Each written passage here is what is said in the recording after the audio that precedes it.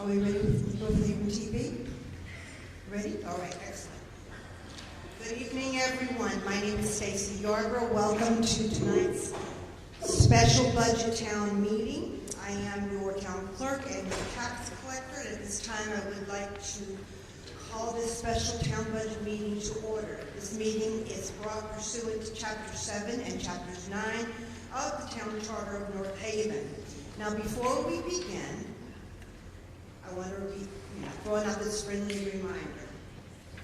Civility is not just an option, it's a requirement. Crosstalk when others are speaking is inappropriate, unprofessional, and rude. No crosstalk. When people come up to speak, let them speak.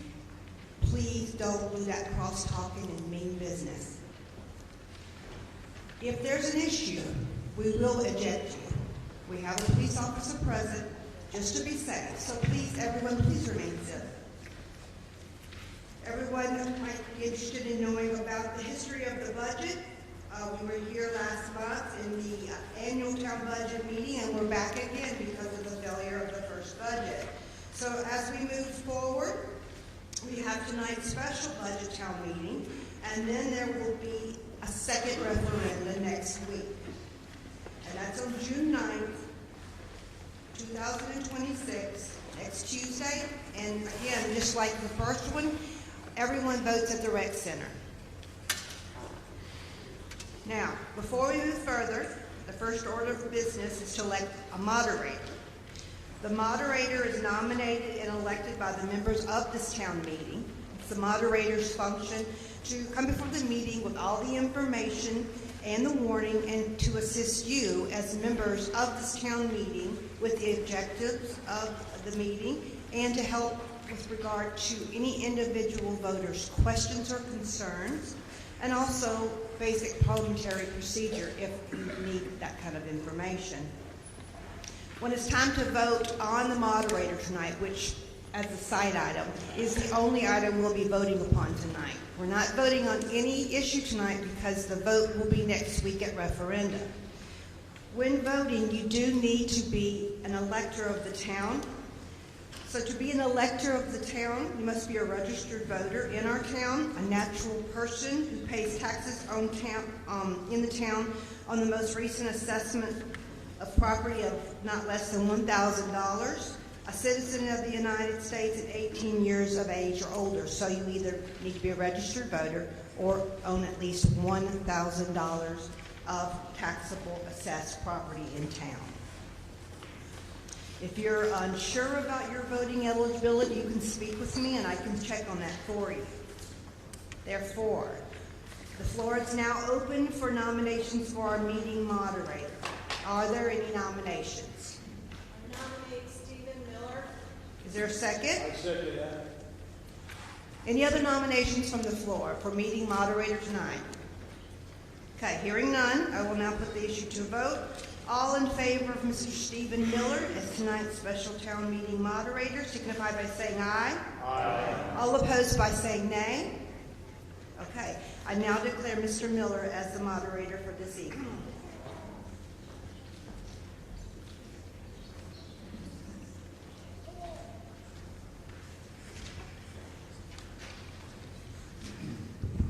Thank you, everybody, for coming out. And members of the town meeting, this time. Hey, Steve, we can't hear you. Better? Yeah. Perfect, thank you. At this time, the town clerk will read the call of meeting. Thank you, Mr. Miller. All righty.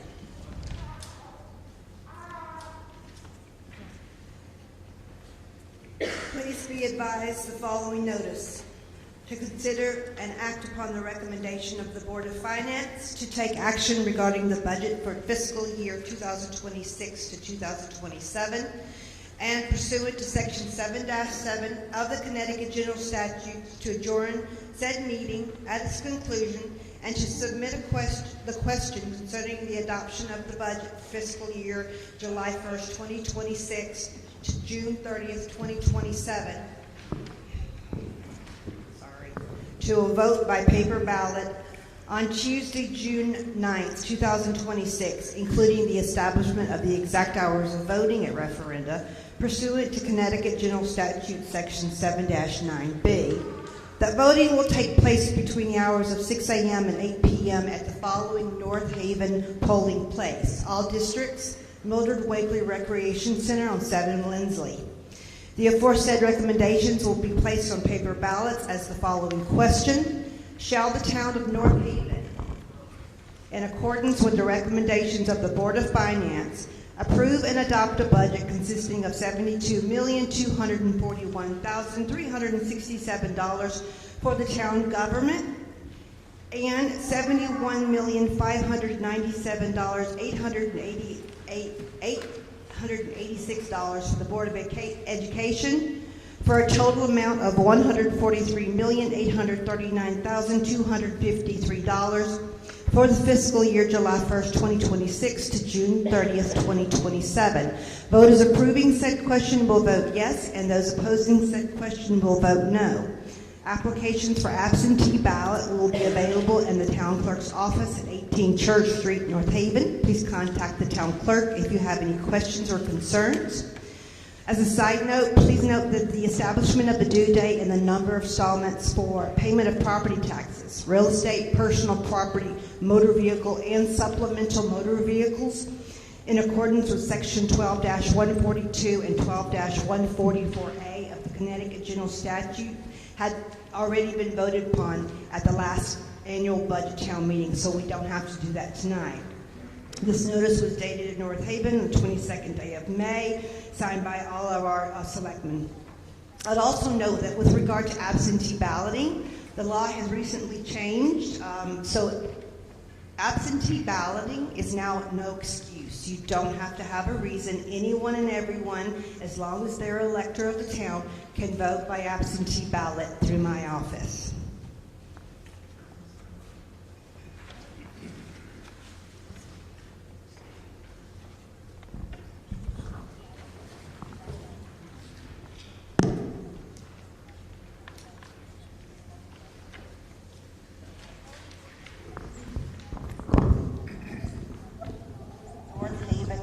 Sorry about the technical. All districts, Mildred Wakely Recreation Again, we Center will on not 7 be voting Lindsley. upon any items on the aforesaid agenda tonight, recommendations will since we take voted place. upon establishing the due dates for payments and the number of installments at the annual budget town meeting last month. Yet all these items on the agenda are open for discussion. For any ensuing discussion, all speakers must be recognized, come to the microphone, clearly state their name and address. You must come to the microphone or your comments will not be audible throughout the auditorium, nor for the televised broadcast.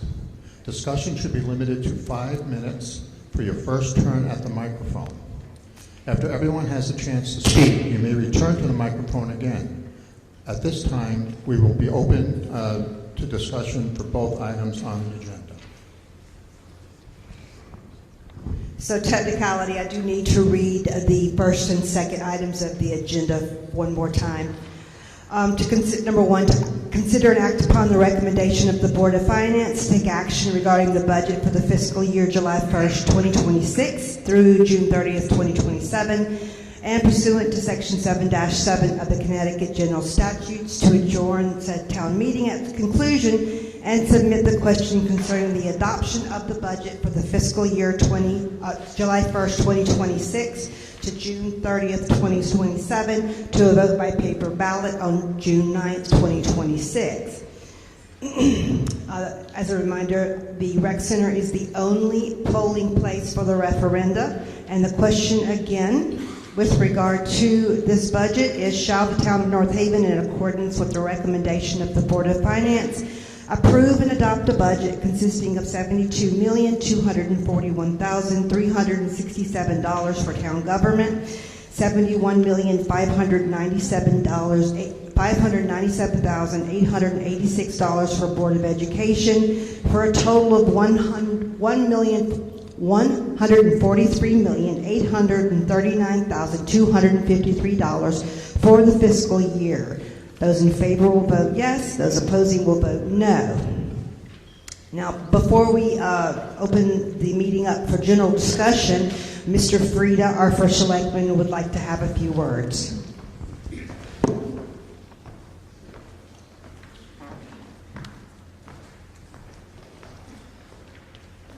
So, ladies and gentlemen, I wanted to come out here off the microphone to make a personal appeal to everybody here tonight. We really need to ensure that there is a level of civility during this meeting, as Stacy mentioned. But folks, I've seen something that I have not seen in the 9 terms I've been in office. And that is the level of divisiveness, the level of toxicity, the names being called, and the total disrespect for citizens against each other, including town employees, elected officials. So folks, as I see it, we as a community are walking a tightrope right now. And one side is hate, and one side is hope. So I hope that everyone here chooses to have hope rather than hate. I'm all over social media, ladies and gentlemen. I'm trying to give people honest opinions and give the facts. I've said time and time again on social media, give me your number. Here's the explanation. If you have any questions, give me a call. Very few people call. And I try to be an open book and give everyone the information that they like. So as we walk this tightrope tonight, one side's hate, one side's hope, one side is ice, and one side is fire. I don't think it's good for our community to have this emerging reputation right now, because people outside of this community are noticing it. We have the news media here tonight. They came to see me earlier today. They heard about what's happening. We're all taxpayers here, and we all own homes. What do you think about the fact that North Haven now is being viewed the way it's unfolding? It's really rarely happened here in North Haven. I think social media is a part of it. All of the people here who work for the town, you may not agree with some of the things that they do, but they deserve the respect, just like all the residents here who don't work for the town, they deserve respect also. And equally important, the people in the town who are residents have to have respect for each other. So what you're going to see tonight, ladies and gentlemen, is our superintendent is going to present the revised Board of Ed budget. And then I'm going to come back up and give you a detailed view as to how this process has unfolded. And I hope that we're able to have a respectful and educated discussion tonight. Thank you very much.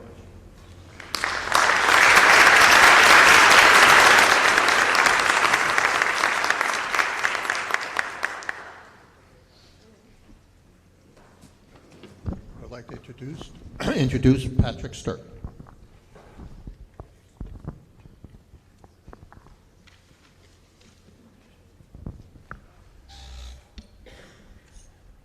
Change.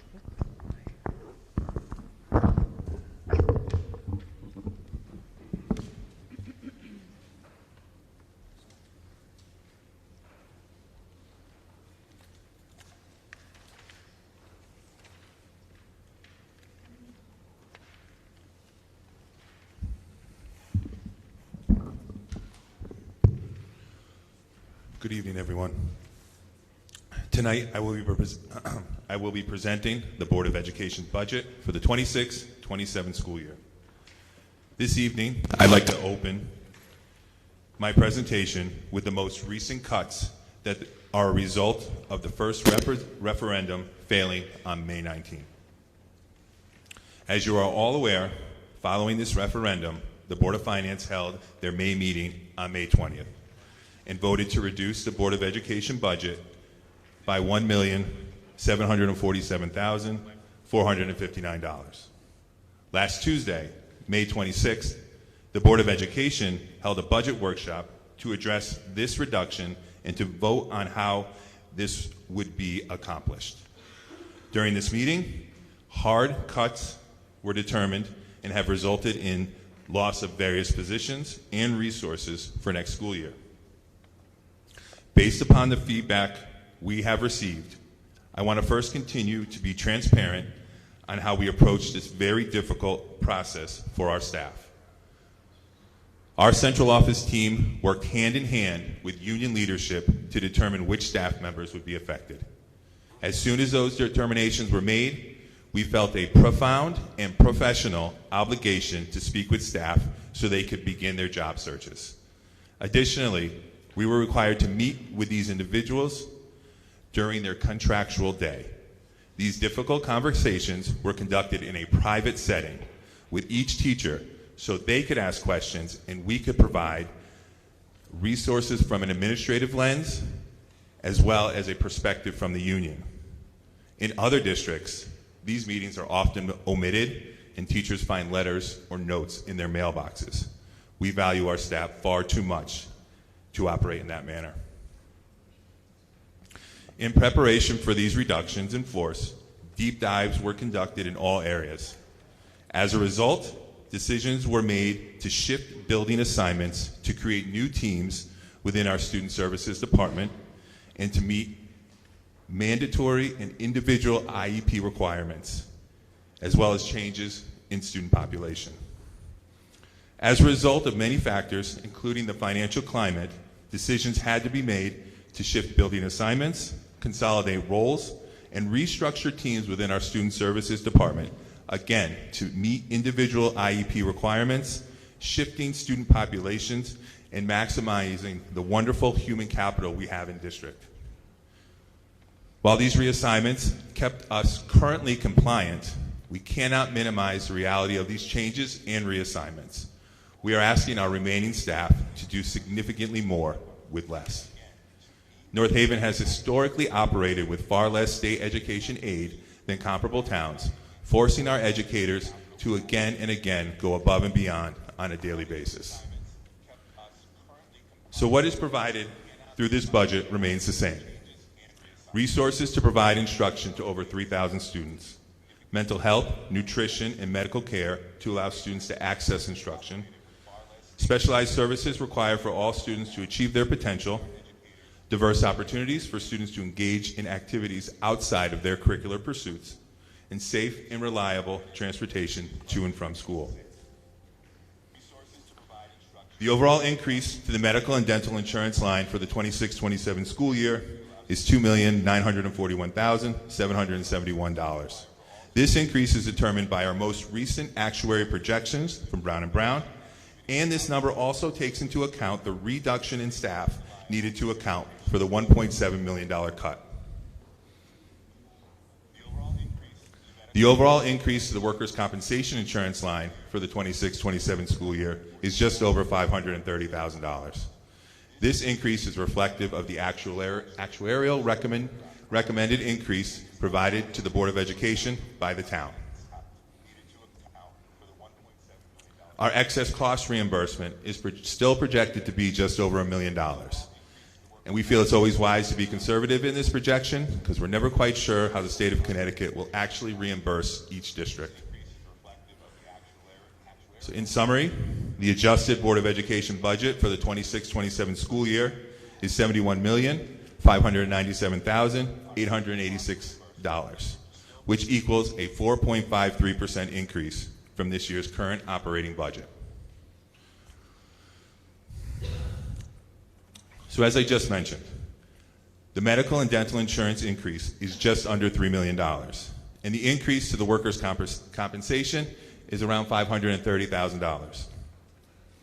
Adding these two increases together equals $3.4 million, while the Board of Education's total overall increase for 26-27 is less than this amount at $3.1 million. The district must account for this difference of $369,000 just to make up the deficit in the insurance and workers' compensation. This does not account for any contractual increases or other increased costs, such as gas, electricity, and many of the line items in our current budget. So what remains at the 4.53% increase? All student-centered programming, creative learning program, future problem solvers, musical, choir, clubs, all that's in place now will remain in place next year. All athletic programming at the middle school and the high school will remain in place. The occupational therapist position that was discussed in earlier discussions with the board and with the public is a newly proposed position, and that will remain in the budget as well. And all instructional supplies will remain at the 25-26 funding level. What's lost at the 4.53% increase? An additional 19 positions will be eliminated. This includes 15 certified positions, 1 director, and 3 non-certified positions. And please, as a reminder, this number does not include the 9 positions that were eliminated due to retirement, which brings the total number of positions to 28. The breakdown of these positions are as follows. The elimination and the restructuring of the content area coordinators across the district. The elimination of 4 classroom teachers at the elementary level, and the elimination of the 7th grade world language at the middle school. The elimination of the director of the building and grounds position, and the elimination of 3 non-certified clerk positions.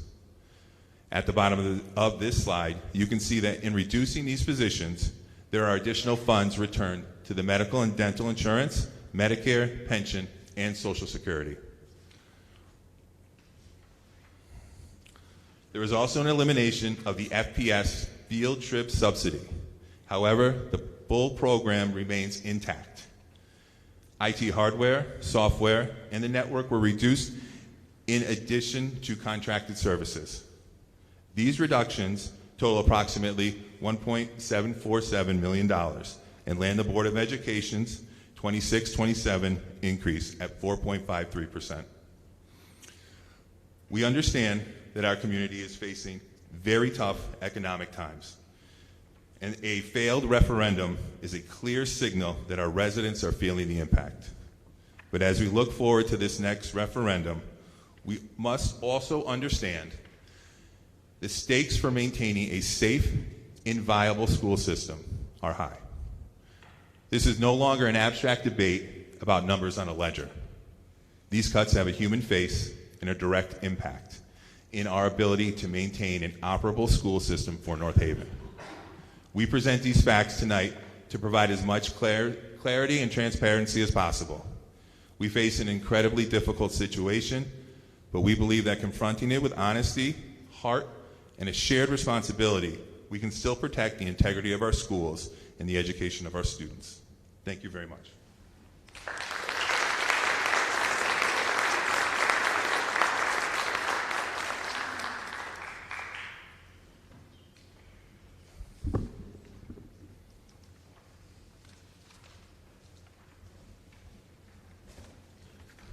Thank you, Mr. Stirk.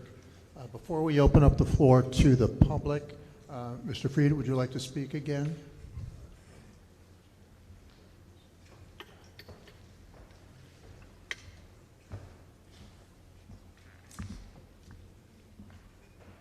Thank you. We will have public comment and questions and answers after this next presentation.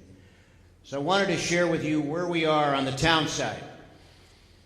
And I wanted to take you in maybe a little bit even greater detail, because I get asked all the time since the last meeting, the last referendum, the process.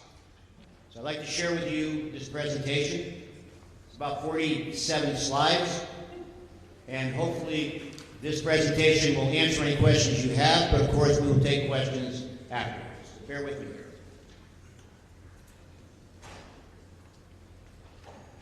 So let's take a look at this coming fiscal year's proposed budget and where we stand today. You just heard from our superintendent, and you heard all of the information that Patrick has presented. On the town side, to summarize, If we look at the revised budget for 2026, 2027, you'll see on the town side that there was a change, a dollar change. We went to what you see here, a 3.9% increase. The capital went up significantly because we didn't have capital as much last year. And really what that did was that we have fire trucks, police cars, and things like that, public works that really are very critical to the day-to-day operations of the town. So this is the revised budget here, ladies and gentlemen. Patrick mentioned that the Board of Ed is at 4.5%, and the town side will be at 4.5% also. And let me take you into greater detail here. But first, let's take a look at how we got to this budget that we are presenting tonight. Most people don't know because, unfortunately, sometimes, even though we had 6 months of meetings, life is busy. People maybe aren't paying attention. So let's go back to January 1st.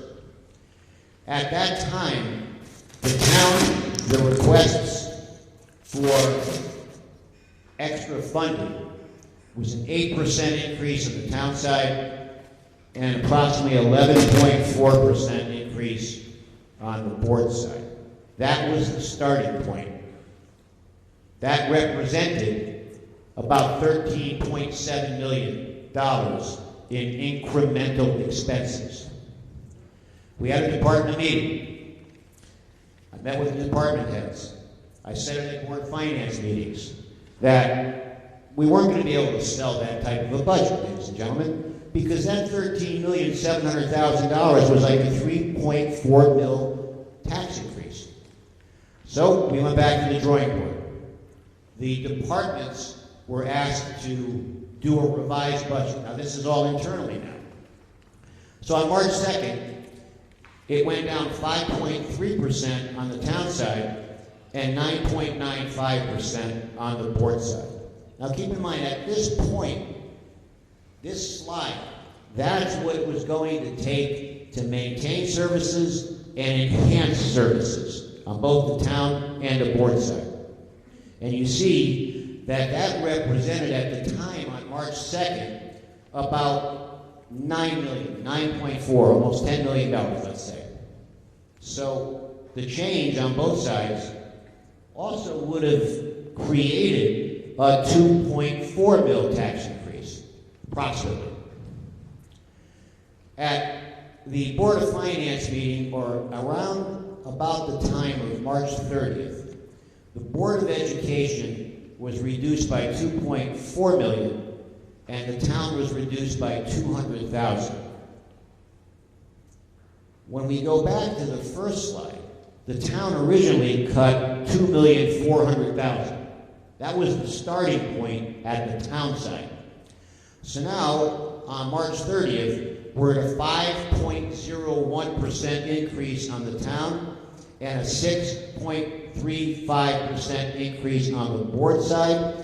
And the Board of Education worked very hard to get it down to 6.35. They had their own meetings, and that's what they presented to us. So to summarize, this is sort of a cascading effect. We started on the town side at 2.4, we reduced to try to get this down, and we landed now on March 30th here, 5.01 and 6.35.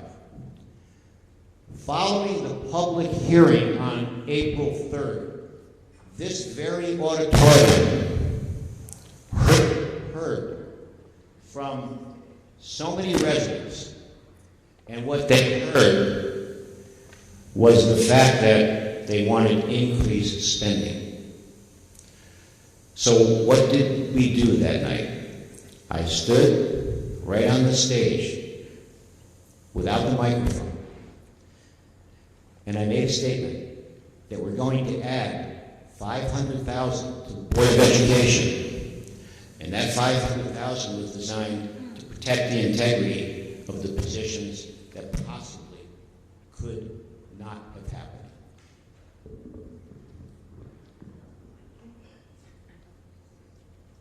In addition to that, we added to the town side $540,000 to the town budget. And that was 2 firefighters and 1 police officer. So we went on March 30th from a 5.01% increase on the town side and a 6.35% increase on the board side, when we added about $1 million back to the budget, $500,000 for the board, $540,000 for the town for public safety. We then ended up on April 15th at a 5.77% increase on the town side and a 7.08% increase on the board side. That budget, as we spoke about and as you know, was voted down on May 19th. 20.5% of the people attended, and 60% of that 20.5% voted it down. So because when a vote is voted down, we have to go back to the drawing board. So now here's where I think a lot of the people picked up this story. So the Board of Finance met and asked the Board of Ed to reduce their budget by $1.7 million, and the town side was reduced by $872,000. We land here, if you look at the 5/20 date, at 4.53% on the town side and 4.53% on the board side, as was mentioned. So what was the last go-around of $872,000 on the town side? Mainly capital, the reduction of 2 full-time firefighters to 2 half a year, and 1 police officer from 1 full-time to a half a year. But during that process, Public Works lost somebody, and the Finance Department lost somebody, as did the tax office. So if you're wondering why capital was cut, what we've done down through the years is that if a budget fails, we start with the capital expenditures to try to protect the integrity of the service model, meaning with the public, people coming in and out of buildings. People want to meet with people. They want to talk with people. So we cut the capital first, and as I referenced earlier, it does have an adverse effect on some services, particularly in public works. So the capital that was deleted from the budget, I mentioned this last time. I won't go through line by line. These are some of the items here. These reductions resulted in that 4.53% increase from this year's budget, once again, on both the town and the board side. Let's take a look at where the revised budget stands. That's exactly the summarization. I know I'm being repetitive here with some of the slides, but I think it's important to continue to reinforce where we are as we approach June 9th. And by the way, approaching June 9th, I'll be doing another robocall to the public. Let's take a look at what the main drivers have been with $2,626,872 on the town side. What were those drivers? Town employee benefits, pension, and Social Security. We have to make pension payments. We have to plan for the annual required contribution for the pensions. That is a sacred thing in municipal government. And the Social Security, matching the Social Security 6.25 or 6.4, whatever that number might be right now. Total medical insurance, the increase was $1,204,000. Those were the main drivers to why that 2.6 was there. It was more than 2.6, but that 2.6 represented a significant portion, and this was a significant portion of the 2.6 million. The town wages by contractual obligations increased by $783,000. And that includes, by the way, the 2 firefighters for the half a year, for the full year, and then the 1 patrolman for half a year. Actually, the 2 firefighters and the patrolman are for the half a year. So that would be the wage increases moving forward. I've shown this slide before. The town side includes $1,436,000 on capital, $300,000 in contingency, which is really based on an emergency, and $10,250,000 in debt. And the town, as we mentioned before, carries $6.3 million in debt on the schools and for the Board of Education. Now the grant list. This was an unfortunate surprise. We started out with a 2.7% increase in the grant list, which was considered outstanding. That generated, on paper, $3.3 million in revenue. But the appeal process came in, and there were a lot of appeals.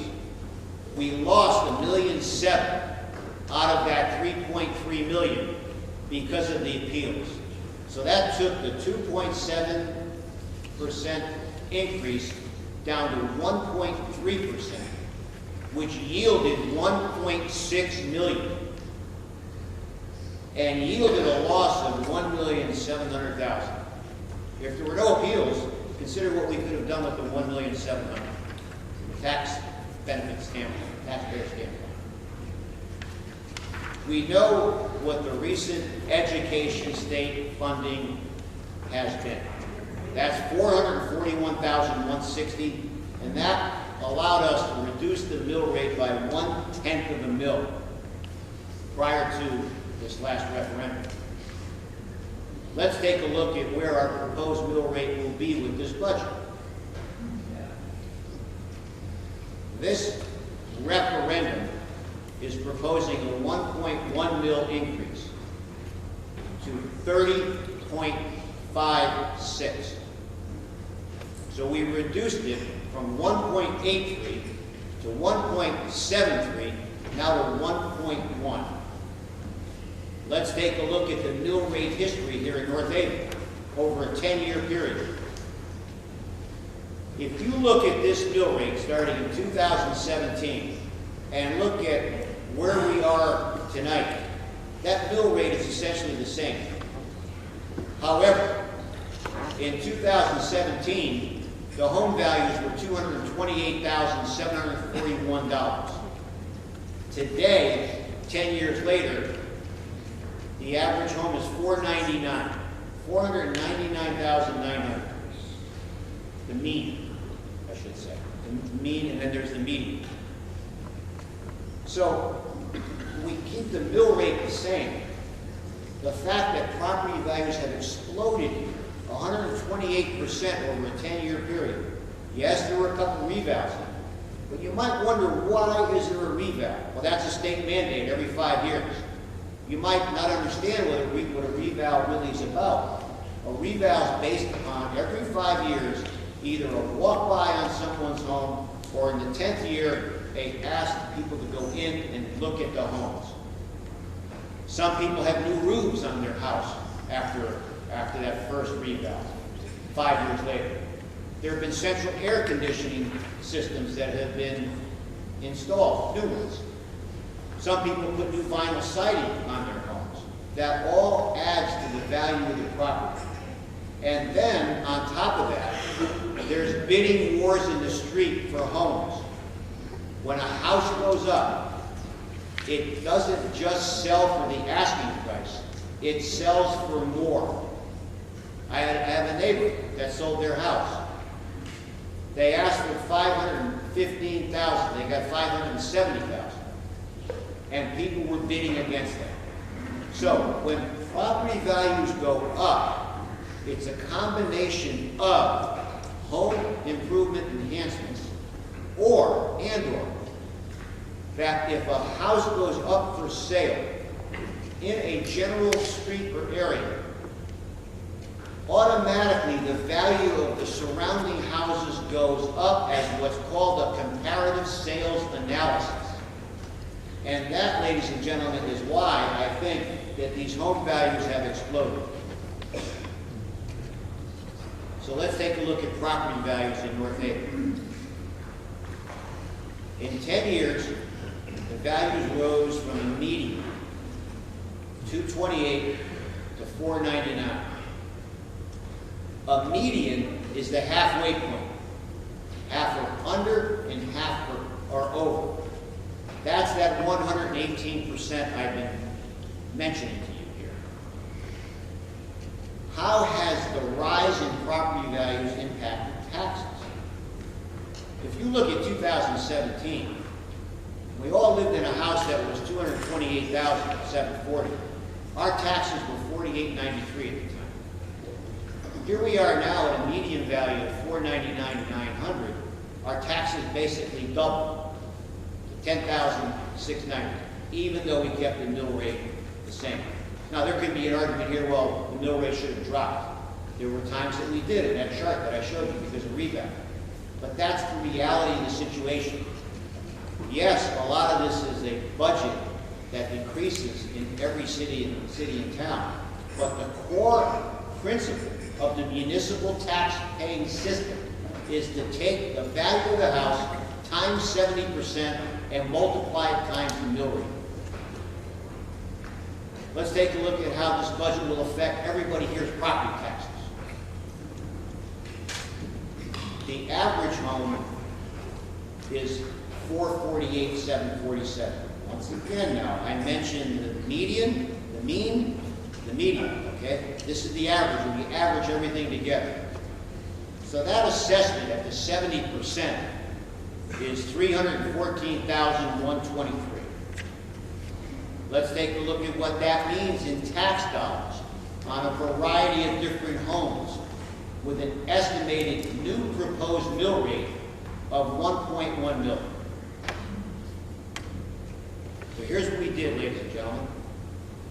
If you look at the box on the lower right, the previous presentation prior to that referendum for a Cape house was $436 a house. Now it's $277 with the mill rate reduction that we're proposing. So it's $159 less. And let me explain that again. We're going from 1.73 to 1.1 if you live in a Cape in an average house.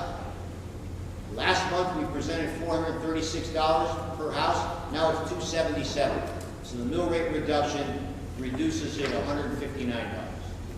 Now let's look at a ranch. Last month I showed $446 in average tax increase.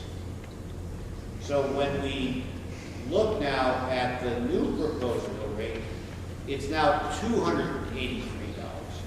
So it's $163 less with this proposal tonight versus prior to the first referendum. Let's look at a split level. That house was $478 in taxes prior to the first referendum. Now it's $304, or $174 less. We'll come to the questions in a moment. No, I just was wondering if you could clarify that that's per year. Yeah, that's per year, yeah. Yeah, no, there's just been some, Okay. yeah, that some people think that's per month. All right, okay, thank you. Sorry.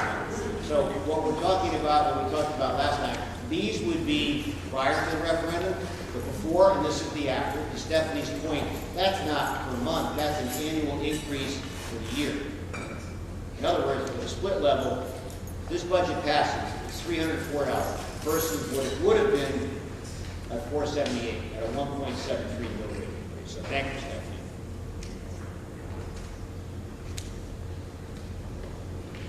A raised ranch. $504 before, $321 now at the 1.1 mill rate proposal, or $183 less. A Colonial last month, we proposed $424. Again, at the 1.73 mill rate increase.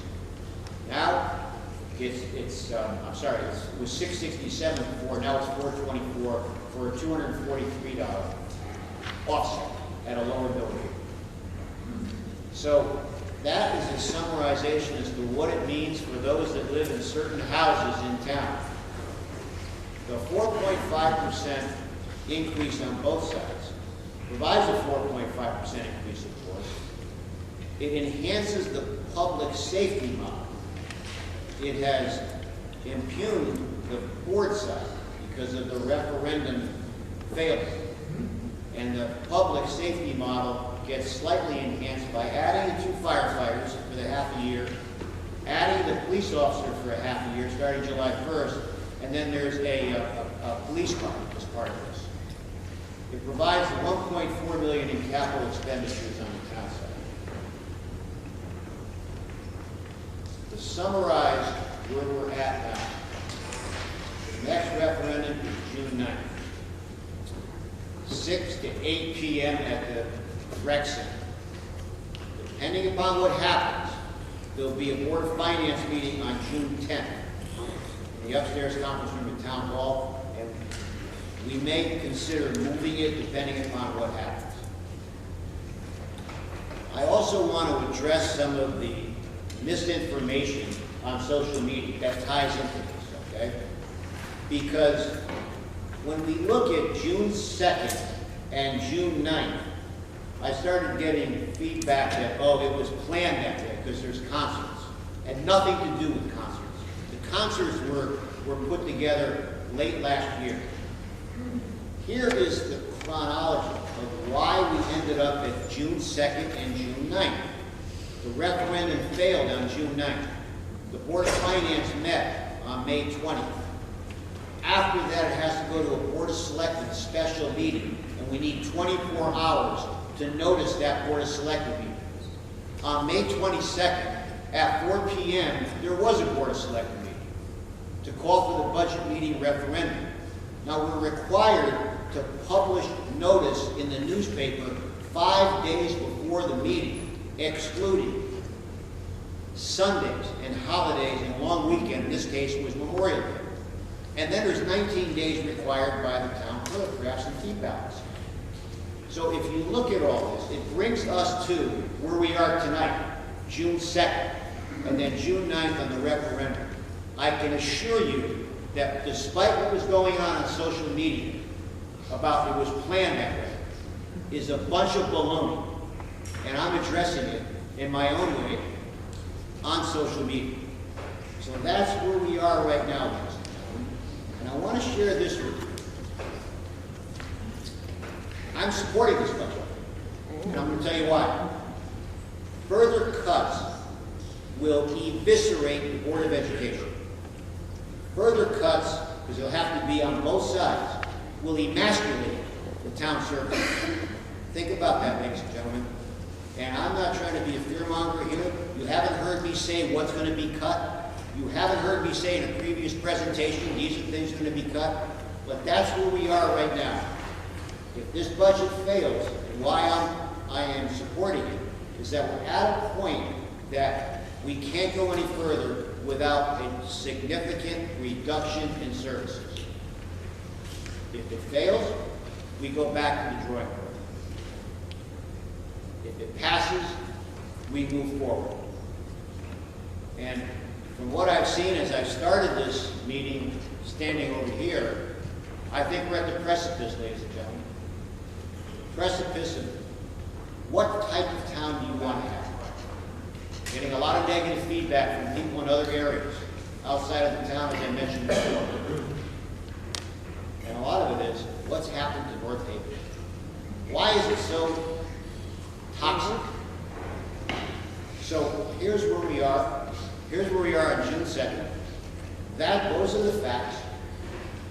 I hope it passes. And we look forward to hearing your comments tonight. But folks, that's where we are tonight. And thank you for listening. Thank you for your attention.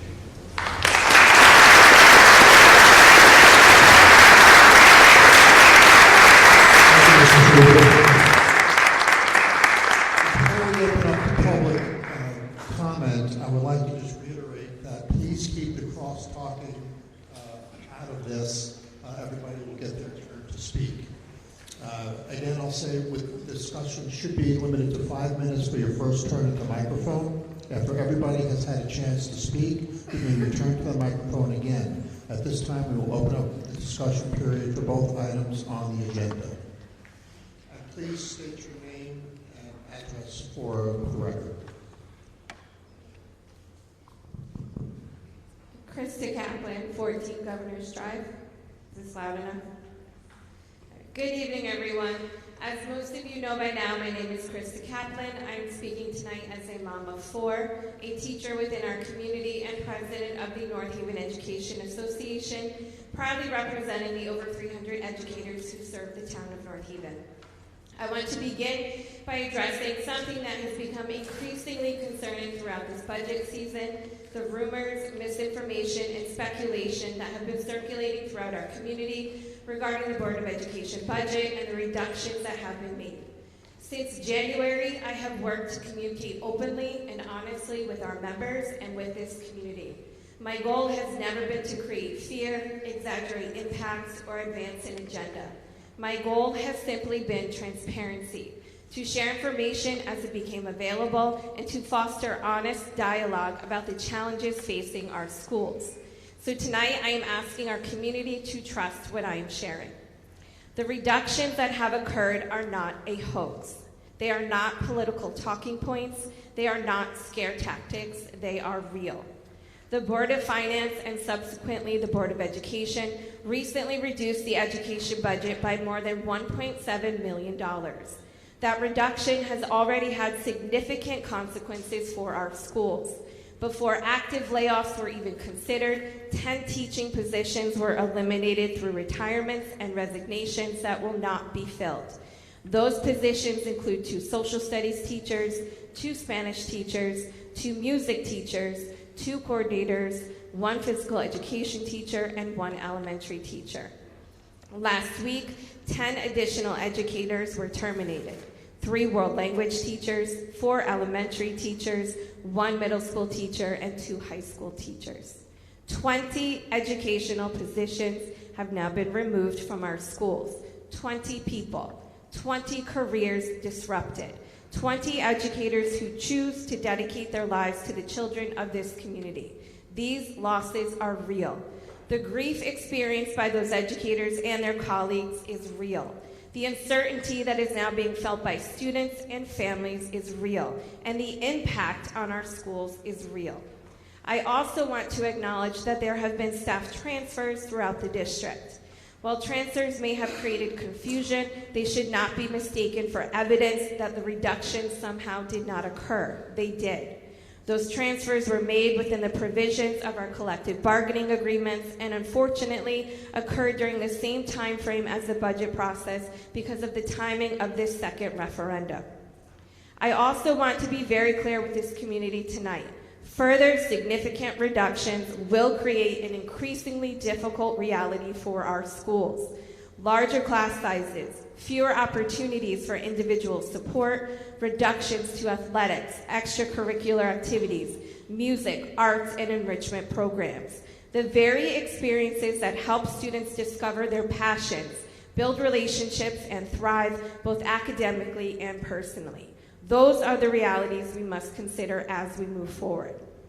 But despite all of this, there's another truth that deserves to be recognized tonight. The educators of North Haven will continue to show up for our students. We always have. When resources are limited, we find creative solutions. When positions are cut, we absorb additional responsibilities. When challenges arise, we adapt. When students need us, we are there. For years, our educators have done more with less. Less funding than many comparable districts, fewer staff members, fewer resources. Yet our students continue to achieve and continue to receive an education that this community can be proud of. That does not happen by accident. It happens because of the extraordinary teachers, paraprofessionals, specialists, secretaries, administrators, custodians, and support staff who dedicate themselves to children every single day. They arrive early. They stay late. They spend evenings and weekends planning lessons, coaching teams, directing performances, advising clubs, supporting families, and finding ways to help every child succeed. No budget document can fully measure the commitment. No spreadsheet can capture the countless hours, personal sacrifices, and unwavering dedication that our educators invest in this community. And regardless of next week's outcome, they will continue doing what they have always done, putting our students first. Finally, I want to speak directly to the entire community once more. This budget season has been difficult. Emotions have run high, and at times the conversations have become divisive. There have been disagreements, frustrations, and competing perspectives about what is best for North Haven. That is part of a democracy. But what happens next is also a part of democracy. We come together because while we may disagree on certain issues, we all share something much greater, a commitment to this community and the people who call it home. Our schools matter, our firefighters matter, our police matter, and our town workers matter. The strength of North Haven has never come from one department, one board, or one group of people. It comes from all of us working together. So tonight I'm asking our community to focus on not what divides us, but what unites us. Ask questions, seek clarity, hold leaders accountable, but trust that you elected these officials to make the decisions you've tasked them with making. These are all important parts of civic engagement, but let us do so with respect, with integrity, and with the understanding that younger generations are watching. They're watching how we handle disagreement. They're watching how we solve problems. They're watching how we treat one another. Let us model the community we hope they will build someday, a community that listens, a community that respects different viewpoints, and that values public service. I have 4 sentences left. Read your 4 sentences. Thank you, sir. Tonight, I urge our residents to support this budget, not because it's perfect, not because everyone agrees on every detail, but because passing this budget allows us to preserve the essential services that make the North Haven community one we all love and are proud to call home. The future of this town is not determined by how loudly we can disagree. It's determined by how effectively we can come together. Thank you.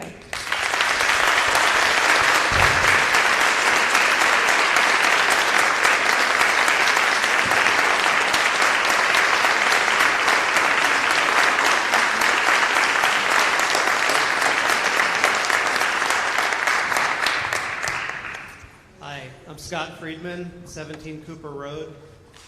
Thank you, Krista, for your words tonight and throughout this process. I'm a parent of an elementary school child. The way that this budget process has gone down has been disheartening, infuriating, full of toxic misinformation, and not about whether the concert's happening on the same day.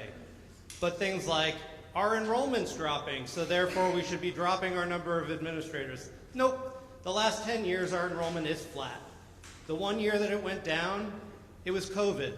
There were people who pulled their kids out of school for COVID. It came back. This entire discussion that we've had since the last referenda, as Mike Frieda just put up on the screen, is for approximately $150 to $200 per year per family. So what we're talking about is effectively $15 a month, and the schools, our schools, lost 28 positions. I've been infuriated. I've been exasperated by the last couple of weeks because I've heard that we need to cut administrators, we're too top-heavy. Nope, I'm sorry. As some of you got handouts today, other districts in our district reference group, the DIRG, have more administrators. Our superintendent is not at the top of the pay scale.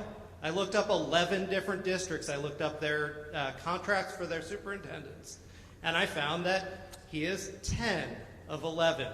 And these were not huge districts that we shouldn't be comparing to, but similar districts. At the end of the day, we have done devastating impact to our schools. Our elementary school class sizes are going to go up. They weren't tiny to begin with. And at this point, I have to ask how the differential between the two different budgets came to pass and how we didn't touch the rainy day fund. You know, all of the discussion that led to the budget that we're voting on next week happened before any public comment, and correspondence that was sent to the Board of Finance was not read before that meeting. Even during the meeting, there was a discussion and a question about whether we understood why this vote happened. Well, part of it was that the budget had already been cut so far that the Board of Ed, the schools, had nowhere to go but to cut positions. You just saw it up there. We're enhancing public safety, and I certainly support the 2 firefighters that were added. But we had a net increase of positions on the town side. We had $1.4 million in capital. So at the end of the day, I'm angry. I'm sad that my town residents, the fellow residents of this town, looked at our school system and said, they're hiding something. They're using scare tactics, as Krista said. That's not what's happening here. And we need to wake up as a community, because our schools are what determine our property values. And I understand that people are hurting, but if you want to sell your home and ensure that that is the asset that it should be, that it has been, we need a good school system. And we are taking away teachers from our school system. We are not paying our teachers, our administrators, what they need to bring in the best and to do the best for our children. One of the particular areas that this is happening and that this is particularly problematic is in special ed. So all the transfers we were just talking about, we're moving around special education, speech-language pathologists, social workers, school psychologists to different schools because we've had to remove people from some of those schools, and we have children who need services. IEPs, 30 seconds, Scott. All I'll say is we need to invest in education, or we won't have the property values and we won't have our town.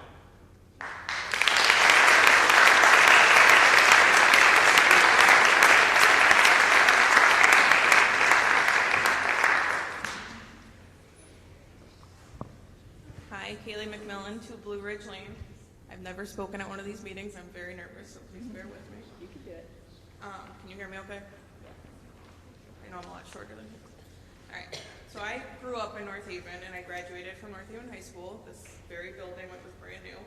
I was involved in bands, sports, National Honor Societies. Between my siblings and myself, we were involved in all the extracurriculars that make North Haven so special. I loved it so much that I came back to teach here in 2014. In 2019, when I found out I was expecting my first child, my husband and I bought a house in this town so that our kids could go through the same school system. In 2023, my husband got a job for the school system too. So needless to say, my family is all in on education. We are, big supporters of the school district. I've been a special ed teacher at Montauk for 11 years now, and my daughter started kindergarten there this year. To give some insight into the reality of being a teacher in the last couple weeks, on Thursday, 3 teachers from Montauk were given their non-renewal notices for next year. On Friday, 4 staff members from our special education department, most of my team and my closest colleagues and friends, were transferred to other schools and towns. That was 7 teachers from Montauk whose lives got changed last week. It was 20% of our certified staff. These are teachers, familiar faces to the kids who will not be there in the fall, while the rest of us have to pick up the pieces and figure out how to make it work. I've lost a lot of sleep and shed a lot of tears in the last few days for my colleagues, but I'm much more devastated for our students who are the real collateral damage in all of this. Many of our most vulnerable students lost their entire support team last week. These are not scare tactics or empty threats, like has been said before me. These are the very real results of the no vote that happened. I can't even imagine what a second no vote would look like for our schools. Like so many of us, I make the mistake of looking at the Facebook comments, and I know I shouldn't for my own mental health. But to see the comments that people make about our district is very disheartening. I understand that people have the right to vote no, just like they have the right to vote yes. But as taxpayers and voters, we don't get to dictate where the cuts are made. I see a lot of people saying we will vote no until these specific things happen. That's not how it works. For people who don't run a school system or work in a school to make demands about cutting line items on the budget without knowing the day-to-day responsibilities and importance of those jobs is very upsetting. Our administrators do the behind-the-scenes work and oversee students, staff, and families so that the teachers can teach. If we start cutting administrators like assistant principals, these tasks don't just go away, they will fall on teachers. Our teachers are not the highest paid in the state. Teachers stay in North Haven because they are passionate about it and because of the culture of our district. If the culture in this town is going to continue to turn against the school system so aggressively, I foresee a lot of our great teachers leaving. Just like everyone else here, I decided to plant my roots in North Haven because I love and believe in this town. Very much for the schools, but also for the rec center, the library, the concerts on the green, all the things that make this community special. I teach alongside many other North Haven alum and teachers who I once had when I went through the schools. And I am parenting the next generation of our town alongside peers I was once in school here with. I believe we have to fund the future of this town because the love for this community runs deep. I don't want my taxes to go up, but that's just the reality of life right now. I don't want to spend $80 to fill up my gas tank on the way home, but that's the reality of life right now. I know that I am still paying less than I would be for a similarly priced house in Hampton or West Haven, but we have better ranked schools and our town has better services. We are getting our money's worth, and I can feel better knowing that when I write the check. The town and the schools should not be pitted against each other. We are all part of the same community, and we all want what's best for our town. Let's please try to remember that and do what's best for our town's future. Thank you.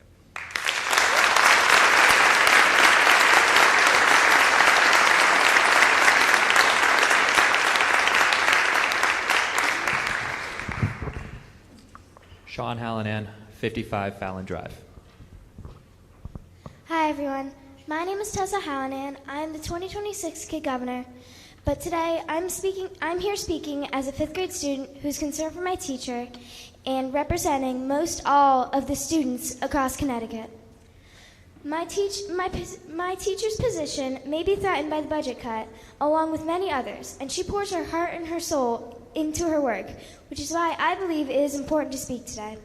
When I enter her classroom, I am immediately welcomed, and she gives me so many opportunities to be the best I can be. I can't put enough words to how grateful I am and how much I have benefited from her teaching. She teaches me academic things like geography, math, and reading, but she also teaches life lessons like kindness, empathy, and growth. And teachers like this are rare. We need to keep teachers like this who create opportunities for students to grow into thriving adults.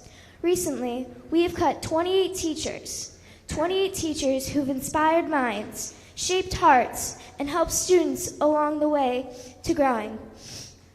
Everyone here has been inspired by a teacher. Everyone here has had someone change their lives through teaching. And everyone here has had someone to mentor them through their life. I believe we should keep teachers like this so that students can grow into thriving adults. I have learned so much in North Haven's education system, and my being elected CT Kid Governor is recognition of this wonderful school system, and in particular, my teachers' amazing work and guidance. I'm asking you to support the budget to keep teachers like Brittany DeFreitas. Like our founding father, Benjamin Franklin, once said, an investment in knowledge pays the best interest. Thank you.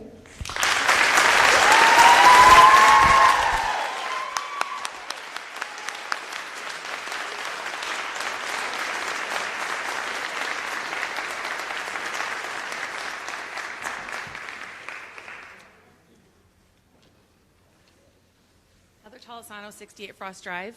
Good evening. Over the past several months, I've attended meetings, watched workshops, reviewed budget documents, and tried to understand how we got here. What troubles me most is not just the budget itself, it's also how we got to this point.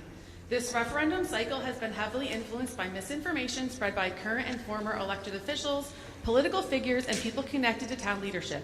Information that was incomplete, misleading, or simply inaccurate spread rapidly through social media and word of mouth. As a result, many residents were encouraged to vote no without fully understanding the consequences. Now we are living with those consequences. Our schools are facing devastating cuts you've already heard. 16 staff members and teachers lost their jobs, 8 positions disappeared through early retirements that won't be replaced, and 4 special ed teachers that are needed will not be hired. Meanwhile, the town side still maintains approximately $1.4 million in capital expenditures and a net increase in staffing, including additional public safety positions, which I want. Whether you agree with every line item or not, the disparity is obvious. I don't support these school cuts. I don't think they're good for our children, our teachers, or our future. But I also recognize the reality before us. We cannot cut the schools any further without causing serious harm. There is no fat left to cut. I stand here tonight as the parent of 3 children who have attended North Haven Public Schools. I currently have one child graduating from high school, one in college, and a 7-year-old daughter at Montewies. I have seen firsthand the education this district provides. I have watched my children learn from dedicated teachers, participate in athletics, music, and extracurricular activities. I graduate prepared for the next stage of their lives. My oldest children are proof of what North Haven schools can accomplish when we invest in them and support them. And despite often doing more with less, our schools continue to deliver results. North Haven student-to-teacher and administrator-to-student ratios are already lower than many comparable districts in our DIRG. Yet our students continue to perform well, and our schools continue to earn recognition, including Green Acres Elementary's National Blue Ribbon School designation. These accomplishments don't happen by accident. They happen because of the people who work in our schools every day. That is why I am so concerned about the direction we are heading. What saddens me most is the division this process has created. I've lived in this town for 23 years, and I've never seen our community so fractured. Teachers have been attacked, Board of Ed members who are volunteers, and administration have been vilified. Even children have become part of political arguments. That's not who we should be. This budget needs to pass. Then we need to take a hard look at this entire process. We need greater transparency, earlier planning, more advocacy for state funding, more efforts to grow revenue, and we need to stop pretending that education and town services should always be treated as a 50-50 equation when the impacts are not equal. More importantly, we need to bring this community back together. We can disagree about budgets without attacking educators. We can debate taxes without making children collateral damage. I hope tonight is the beginning of that process. Thank you.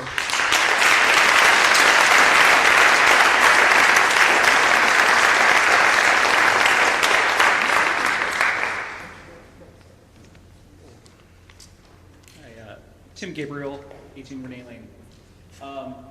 So I don't really like this budget. It's clear that the town wanted to see cuts, and that's fine. That's not the part that I don't like.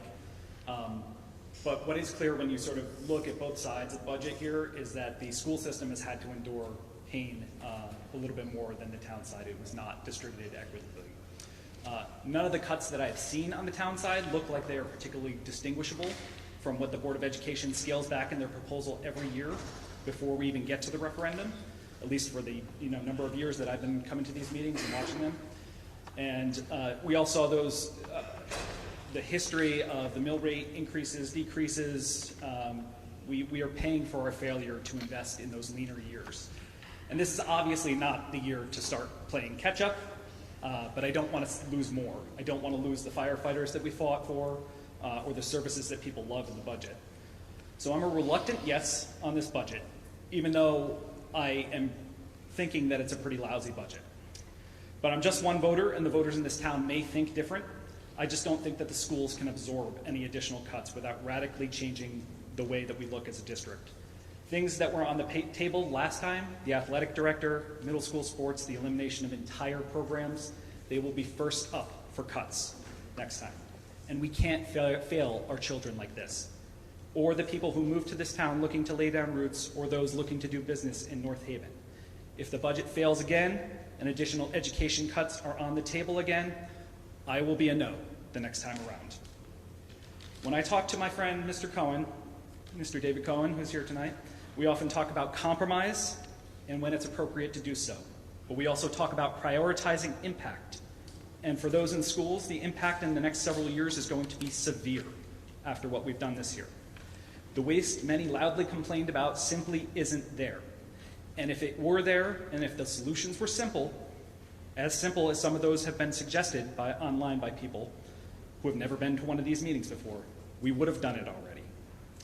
Unfortunately, I think the solutions that will ultimately have to come from outside of this room, outside of this town even, with leadership change from those who fail to deliver results and relief to our town, not just in municipal taxes, but in consumer costs, utility costs, fuel costs, housing costs, and a more equitable distribution of the tax burden towards those enjoying millions off the backs of those who struggle. Ultimately, what's important is not what any individual is doing on Tuesday, but what we plan to do after we pass whatever budget winds up being the one that passes, to help make sure that working families can experience real relief. But let's not push it too far. Let's vote yes, please.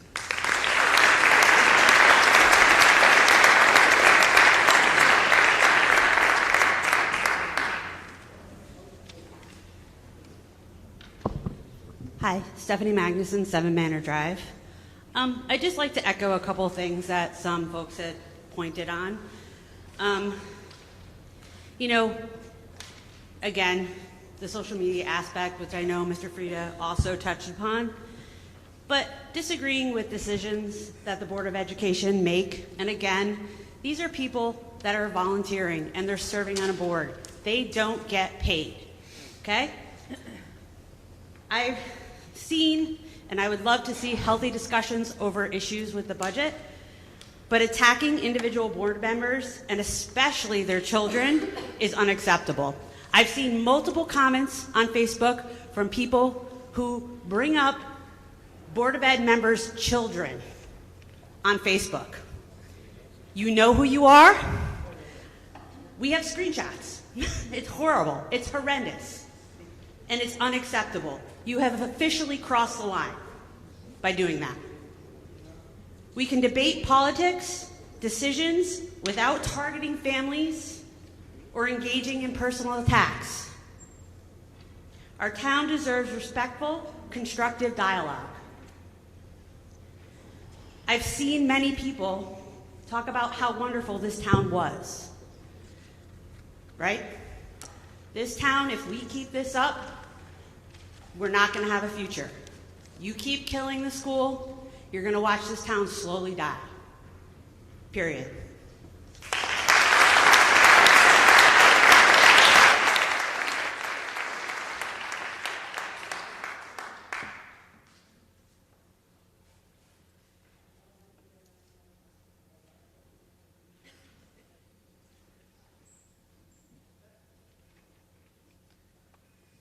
Sue Benvenuti, Bassett Road. I'm not sure if I'm on here or not. First of all, this school is definitely not handicap accessible.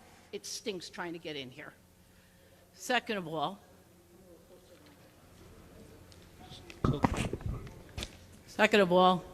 I don't see the transparency that everybody in this town seems to be talking about on the Board of Ed or on the town side. I'd love to see a list of who's employed here, what their restrictions. How closer can I get? Holy crap, it's going to be in my throat. I don't see the transparency. I'd love to know how many positions we actually pay for in the town, what their positions are, what they're getting paid, and what they're required to do. I'd love to see the same thing in the school system. I heard the Board of Ed workshop the other day, and you know, it kind of really sunk. How many secretaries they decided to hang on to, how many people they choose not to talk about that are getting paid, that aren't touching the actual school children. They're not teaching. You know, where are the positions that are not really being used, or the money that's being spent for the extracurricular stuff? You know, I put a child through school, not in the town. I lived here and paid the taxes, but I put them through private schools just because of what North Haven didn't offer at the time that I needed it. And now, and at that time, what I had to do was I had to pay for his extracurricular sports. I had to pay for his extra tutoring. If he wanted a musical instrument, I had to pay for that. And that's what we did, if that's what we needed for our child. And now, today alone, I heard 3 parents whose children went through North Haven's school system, and their children are around my son's age. And they all had to go outside of the school system to get the aid they needed for their child who was dyslexic. They had to go out of the school system for the children that were not above board. Now, as far above average, excuse me. When I first moved here, I moved right next door to my brother. And his daughter was super intelligent. She ended up leaving North Haven High School to get a better education for where she needed to be because she was above the Excel program here. His other daughter came through with flying colors and what she had to do. Yeah, I mean, so it's not here for everybody. The education that is offered here was good in 1986, and it's still good. That doesn't thrill me one bit. Our education population was 3,900 in 2005. When we built the brand new high school. What is it now? it fluctuates between 3,100 and 3,200. Why? What happens to these kids? You know, they're not moving here for your school. And if they're moving here for your school, you're taking your educations that you have here and moving on. You know, if you really think that that's what they're coming here for, they're coming and taking and going. Who's staying and paying? Those people that I talk to at the senior center. Yeah, people that have been living in this town for 25, 30, 40, 50, 60 years, they lost their homes. They lost their homes from those lovely reassessments we had. And what we all kept doing was saying, oh, for the school, for the school, for the kids. Yeah, last year, you're darn right, I voted everything for the school, for special ed. Yes, I vote for those who need the help, not those extracurricular stuff that they can do on their own. You voted the Board of Ed, right, we can't tell them what to keep and what to get rid of. So they wanted to keep the AD, but not the AD, they wanted to keep Steve Blumenthal. They used his name. Now the man gets paid, and then he gets a stipend to go to the away games. Does anybody know what all these stipends are? Does anybody know what it all comes up to? We should know. That was not a personal attack. It was a direct fact from what happened at the Board of Ed meeting. It was not a personal attack, sir. In your opinion. I merely repeated what took place there. It's a public record. I didn't make the attack on him. I'm just saying, instead of it wasn't a position we discussed that was discussed among those Board of Ed members. It was a person, and that's what they're not supposed to be. That's your 5 minutes. That's fine. I just think that there should be much more transparency in who's paid in this town and how much they're getting.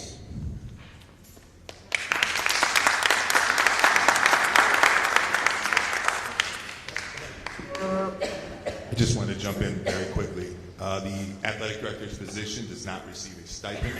He's a salaried employee. And just to be clear, not only teachers impact students in this district. I don't care who you are and you work for this district, you impact kids.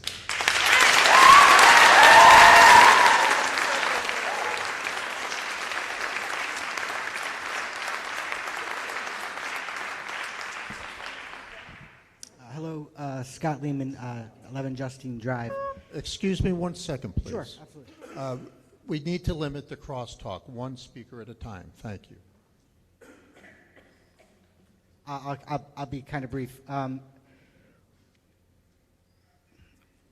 of the things I talk to my kids about all the time is choices.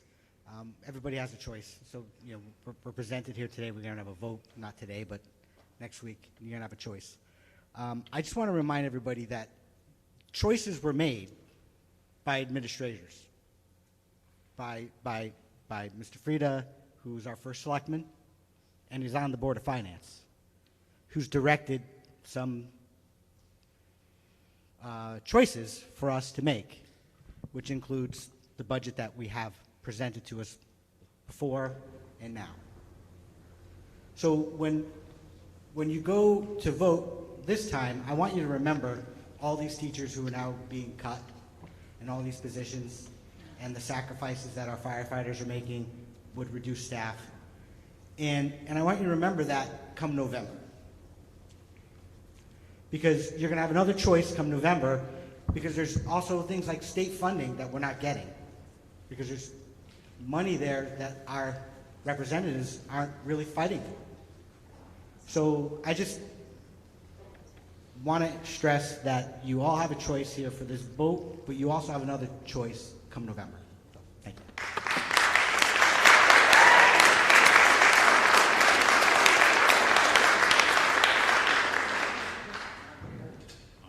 Good evening, Rolando Perez, 600 Washington Avenue. I'm just going by what I'm hearing here. I just wanted to put a face to father of 3 kids that one of them has an IEP. And I just want to say how awesome everybody that have dealt with in Clintonville or North Haven Middle School has been with my child. So anybody who can come here and say that they're not using the resources that they have, I know for a fact that they're not lying, because I see with my kids every day. And if my child with an IEP can do anything in life, it's going to be in good part because of the efforts that everybody in the school is doing. And also I want to say that when people talk about fighting over houses and whatnot. That's actually a fact, and it's in good part because of the schools that we have here. And people are going to continue to come, and I'm going to do whatever I can to support my school and my teachers and everybody, because as a society, if we don't take care of our kids and our elders, what are we here for? Might as well live somewhere else, I don't know. But I just wanted to say that, and if anybody wants to talk to me about how good the program is for people with kids with special needs are, just come see me. They're awesome.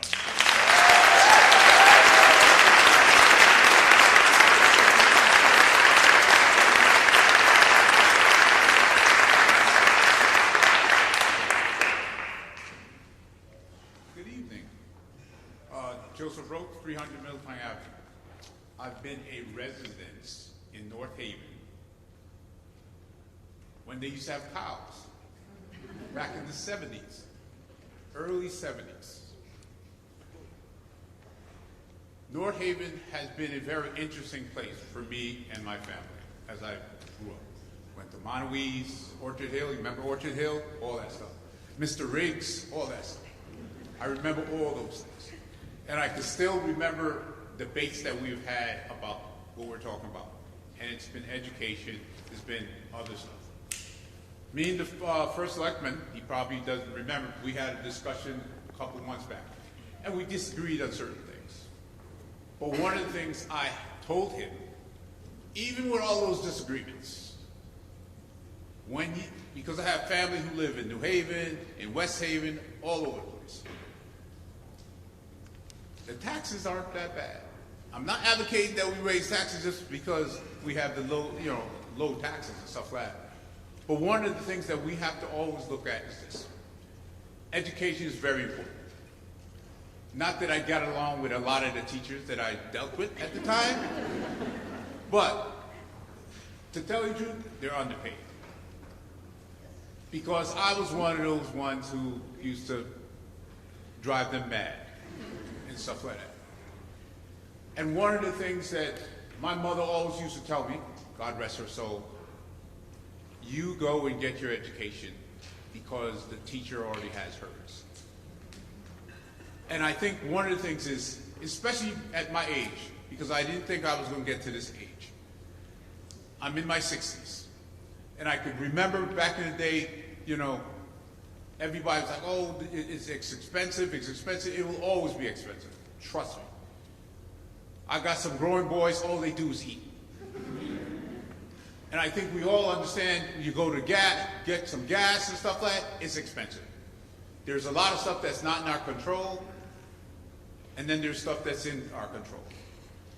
But when you weigh some of the services that North Haven offers, and I believe a lot of good services come our way, and it's been a blessing for my family on certain things. And there's been negatives. Like, I'm not a big fan of picking up leaves. I'm not trying to piss nobody off, but like, I don't get it. But there's some beautiful things that go on in North Haven. And even when it comes to the Board of Education and stuff like that, it ain't like they're making $1 million doing that job.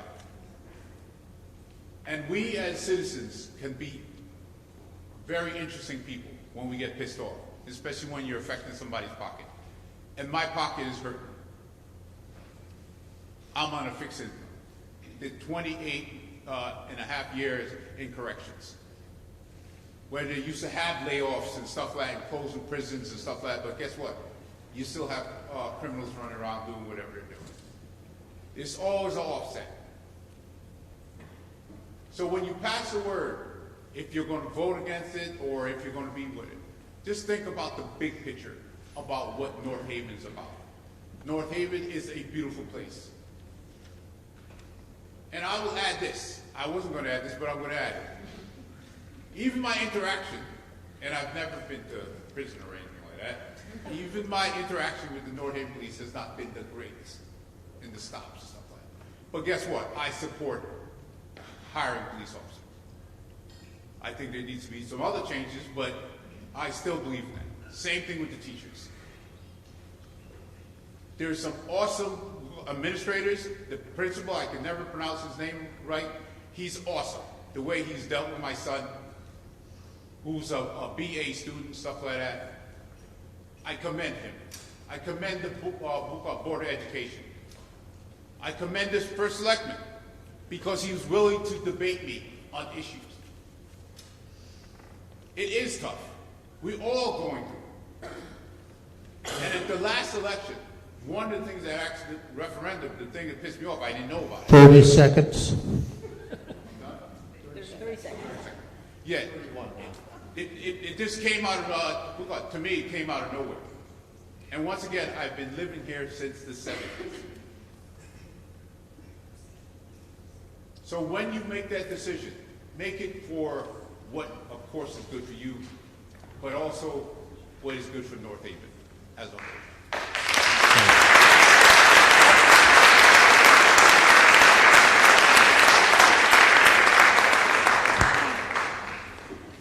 Hello, I'm Sally Boehme, 5 Blossom Drive. I want to answer the previous speaker. Yes, I remember Mr. Riggs, and I was at Orchard Hill the day it opened in January of 1968. I was a 6th grader. It was a great school, wasn't it? Yes. Sally Boehme, 5 Blossom Drive. I want to thank the 3,647 people who voted in the referendum on May 19th. We are privileged to have the right to have a say in our budget. I am a member of the League of Women Voters for the Hamden North Haven chapter, and my friends in Hamden are always so jealous that we here in North Haven can vote and have an impact on our budget. They can't do that in Hamden. And so I hope that the level of participation will continue to grow. We are blessed with this opportunity to participate directly in our town government. I support this budget because I think that the 4.5% increase is reasonable and more in line with the inflationary rate. I think that for years now, the Board of Ed side and the town side has been pretty close to 50-50. I support this budget because the Board of Ed is getting $3.1 million more, and the town side is getting $3.1 million more. I think that the 6.2 million total increase is more reasonable than the 9 million, 8.8 million, 8.6 million that we've seen the past several years. And that is why this vote was, the budget was rejected on May 19th, because the people wanted to slow down the rate of spending. This is the 4th significant tax increase in a row. I know that every year the budget must go up. The Board of Ed has contractual obligations, so does the town, but spending was getting a little out of control. We saw a lot of slides from Mr. Frieda, and he talked a lot about comparing 2017 to 2026, and he talked a lot about house values. But one thing he didn't talk about was the budget in 2017 was $94 million total. This year, it's almost 144. That's, what, a difference of $50 million. So the increase in values is not the only reason why our taxes have doubled since 2017, basically. It is also spending. I think that the overwhelming no vote that you saw on May 19th had a lot to do with the reval. People's taxes went up an unprecedented amount last year. $1,200, $1,800, over $2,000. And I think that it wasn't just I know it wasn't just because of the reval. It was also because of the $9 million, unprecedented $9 million in increased spending for this current year that is about to end at the end of this month. And so that, coupled with the $8.8 million was just too much for a lot of people, a lot of working class people who are struggling to make ends meet, and a lot of seniors. But this new budget at 4.5% with $6 million is very reasonable in my opinion, and I urge people to please come out and support this budget and vote yes. Thank you very much.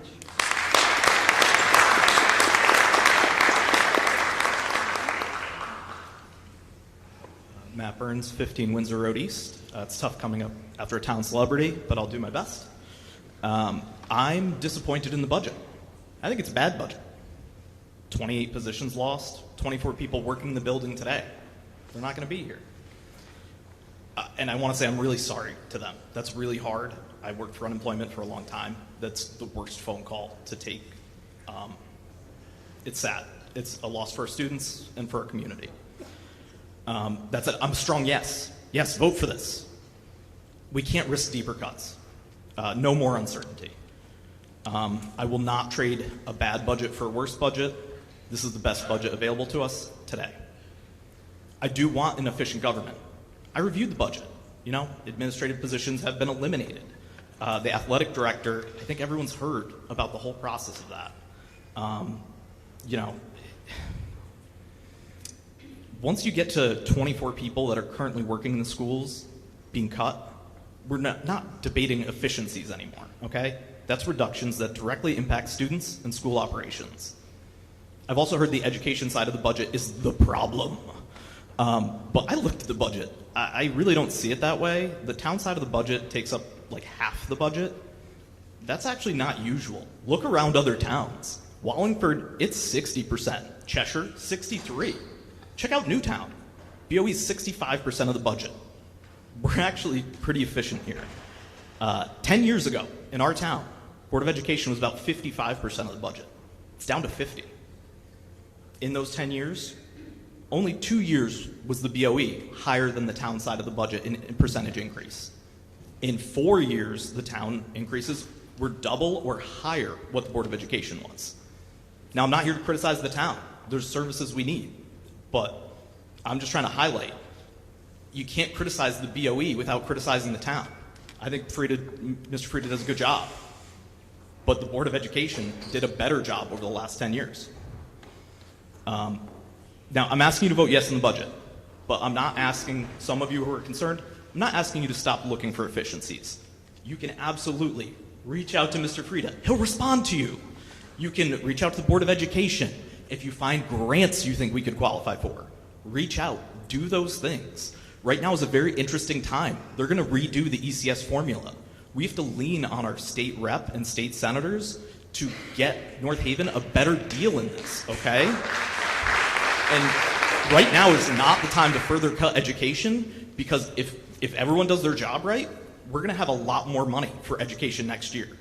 And so we're going to lose all of our great teachers this year to then have money to hire other people next year. I mean, it would be a shame, an absolute shame. I do want to thank Mr. Frieda, the Board of Selectmen, for all the work you guys do. It's a lot. Definitely the superintendent, Board of Education, Board of Finance, you guys are taking your lumps. And I really appreciate the work you do. I know it's not easy.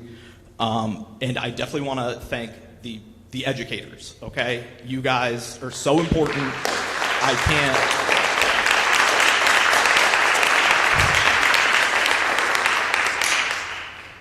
And I do just want to say, I did move to this town because of the school system. In 2015, my kid's 6 years old. So I was thinking ahead here, guys. It is important, okay? And that's all. Thanks again.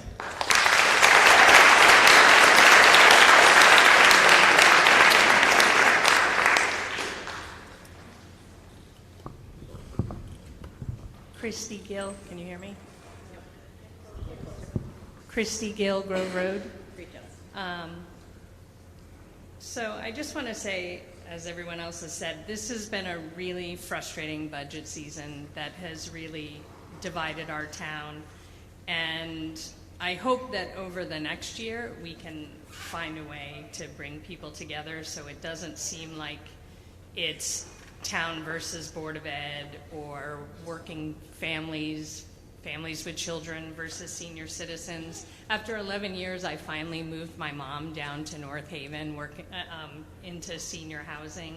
I have kids who 2 years ago graduated from the North Haven school system. I myself work in education, so I'm really someone who advocates for all with the budget. The most disheartening thing, and I know people probably already know how they're going to vote, the most disheartening thing for me was looking on social media and seeing so much misinformation being spread. And the thing I want to say the most is I almost wish that Board of Ed and Mr. Frieda tonight could have sat instead of presentations that have been presented over and over again, and the community has had the opportunity to see in person, go online, watch videos of, and get firsthand information, whereas people seem to be relying on community pages, secondhand conversations, infographics. I don't care what side you're on. I don't care what you vote. Vote because you've heard information that resonates with you, that helps you, and that serves you. But, you know, Patrick, I feel like you've been through enough, but there's a topic that has been just brought around. Patrick's salary has been plastered on 9 different, I didn't even know there was a North Haven Times. No one else's salary from any other town side or anything.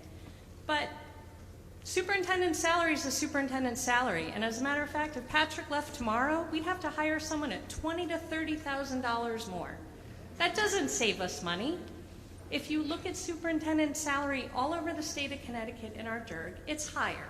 So if Patrick left, we'd be paying more money. And then everyone says, cut administration, let's help teachers. How many teachers are in the audience right now? Do you support this budget? Do you support not things being cut? So if you're listening to your teachers, if you listen to your union president, if you listen to the teachers who are here tonight, they are supporting their Board of Education. They're supporting not having any other losses. So if you are here and you're saying, well, I don't support administration, I want to cut more, I'm supporting, you know, I don't support administration, but I support the teachers. Your teachers are here, they're speaking, listen to them. Listen to your teachers.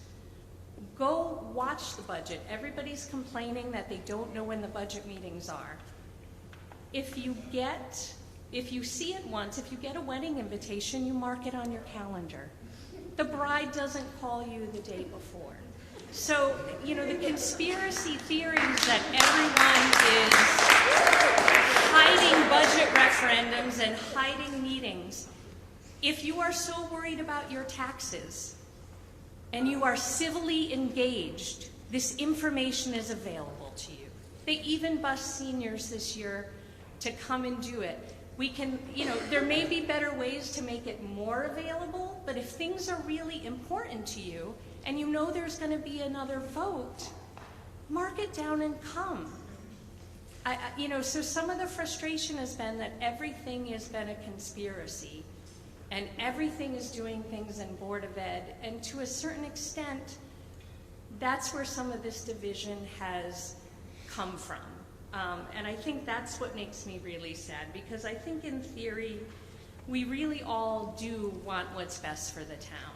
And I don't think anybody wants to truly be divisive. And I don't think that people with families don't care about senior citizens.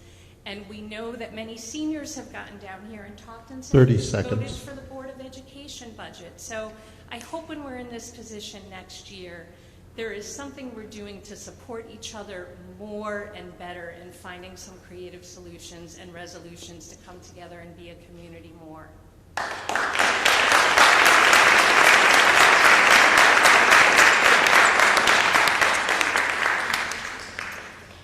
Mary White, Summer Lane.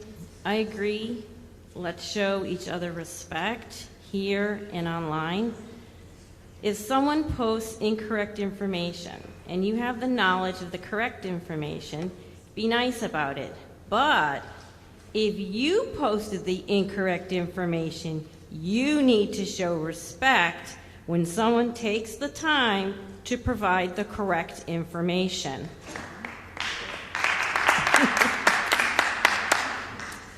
Question. On page 7 of the budget, income budget, Federal State of Connecticut Town Government, Pequot Mohegan Grant. There is an increase from $86,789 to $351,971. I am curious as to, after 3 years of the same amount, how did this increase, which is good, how did it come to be, and is it a one-time increase? Do I wait or continue? Mike? You will count that, I guess. Okay, thank you.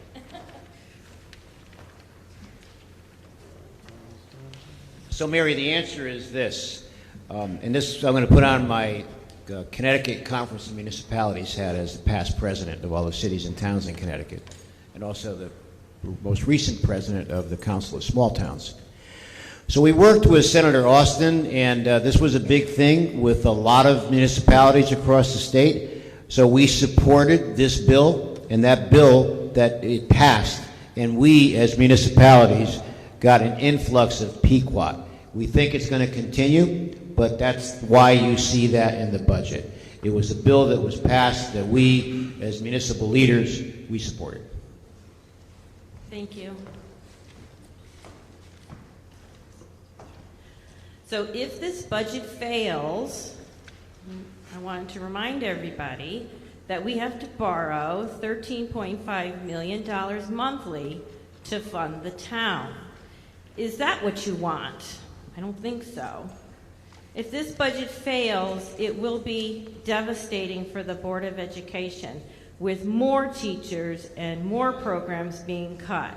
We cannot allow that to happen. We have to have quality education for our children. On the town side, you heard Mike Frieda say, when the budget failed, they started with capital expenditures. 2 police cars and 2 light bars were cut. The 2 firefighters and 1 police officer were kept, but are starting half a year on January 1st, 2027. If this budget fails, public safety will suffer. Is that what you want? I don't think so. I think we are in support of public safety, and we are in agreement with that. You know we are short firefighters. You know no firefighters have been added to the budget for 3 years.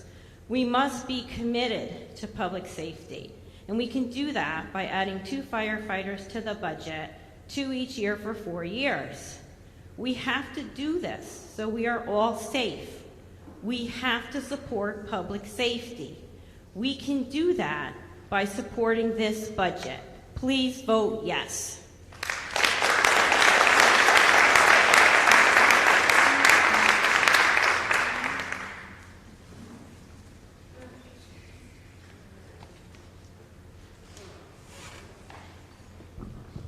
Hi, can you hear me? Can you hear me?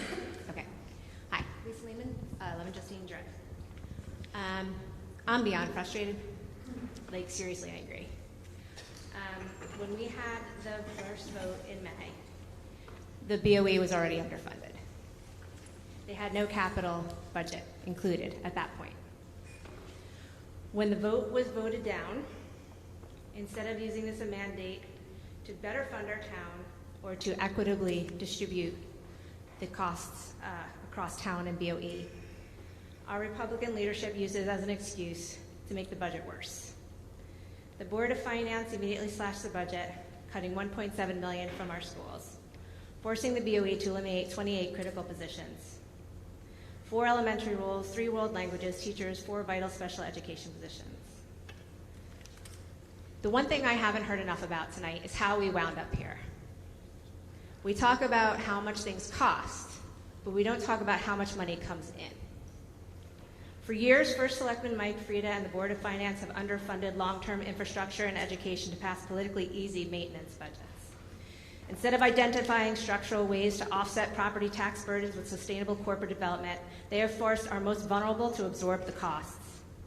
Their immediate reaction to the failed referendum was to slash education, and that was no accident. It was to instill fear in the voters, to make you vote yes the second time around out of fear out of what comes next. Don't fool yourself. This is not going to be the last time. To add insult to injury, our state representative Dave Yaccarino and State Senator Paul Ciccarella, our legislative delegation at the state, has failed us to secure the necessary state education cost-sharing formulas or pilot grant funding required to relieve local property taxpayers.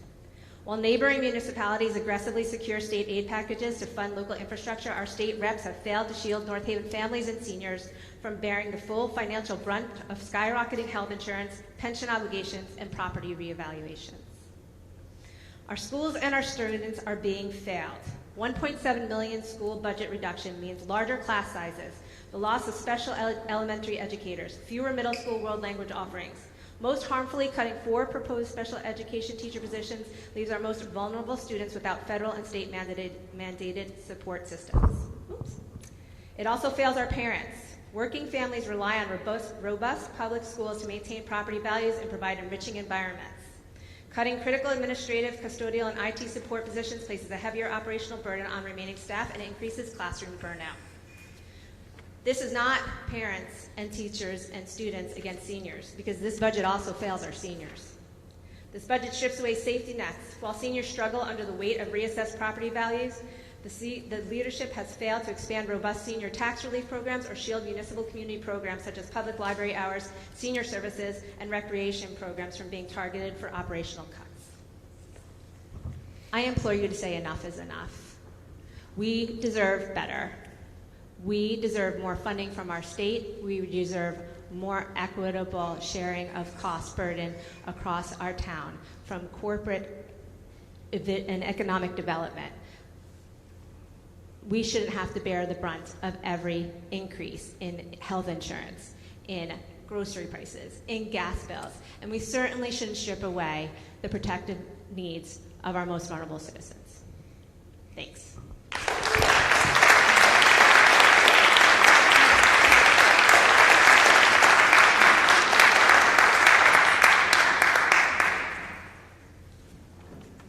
Is there anybody else?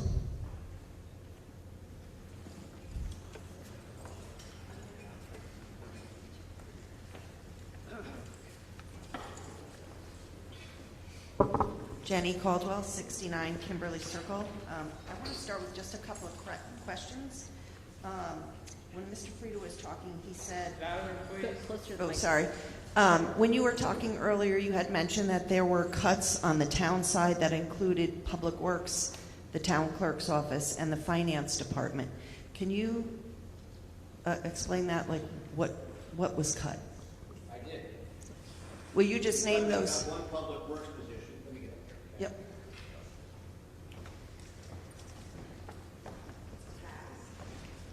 Like a part-time tax? No.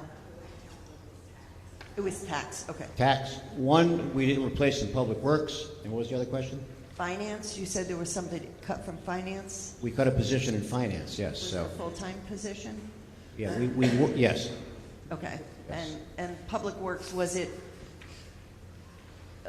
do you know what position it was that was actually eliminated? But we have the Public Works Director here. He would know better than I do, but it was one Okay. position that was not put into the budget, that was supposed to be put in the budget. So what other questions do you have? Well, that was it. So that was removed, I just want to be clear so I understand. So that was removed after the referendum failed, or it was removed before the budget ever? Before. Okay, so it wasn't after it wasn't one of the cuts that came after the referendum. Okay. So as I said earlier, we in the beginning, we cut $2.4 million out of the town side back in January. So I already reviewed this earlier. I gave you the waterfall effect. We started with 2.4 we cut down in the numbers I showed earlier. So we went from a 13.7 million spend down to what you see tonight.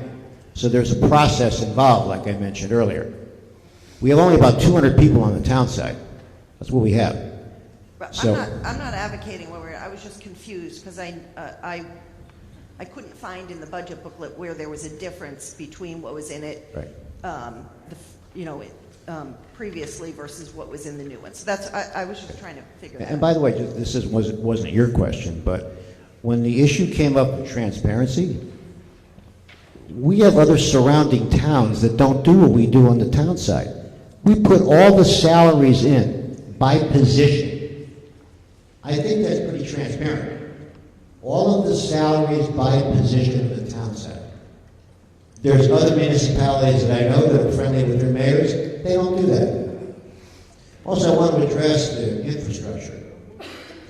We built a $69 million middle school. We built an $18 million police department. This all happened after I took office. We built 4 new firehouses. We paved over 110 miles worth of roadways. We put a new roof on the library. We redid the pool roof. We put a new roof on the Historical Society. This all took place after I took office. Town Hall was not ADA certified. We put an elevator on Town Hall to do that.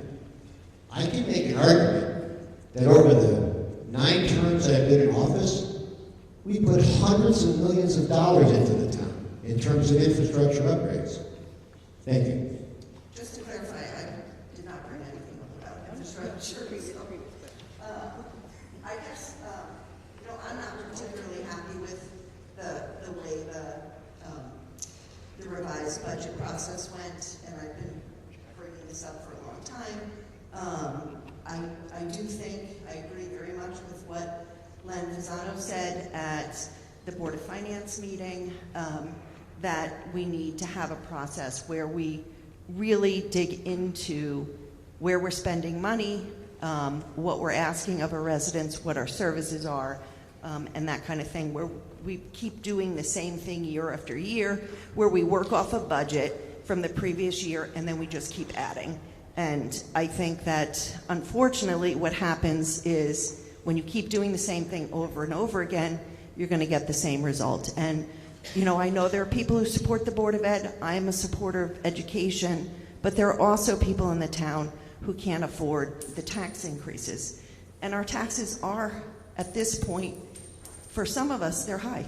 Mine are close to $10,000 a year. So, so that is an issue for people who are, working class, single, parent family homes where they just don't have that extra money each year.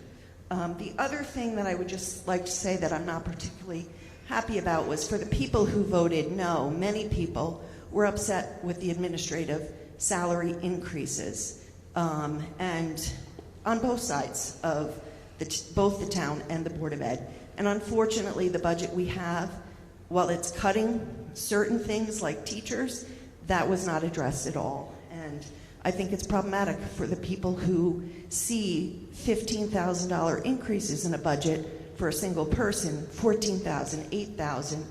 It is difficult to be able to feel like you're absorbing a big tax increase while people on both sides are getting fairly large increases to their salary. So anyway, I'm not going to make a recommendation. I think people have to vote the way they want, but I don't particularly like the way this process works.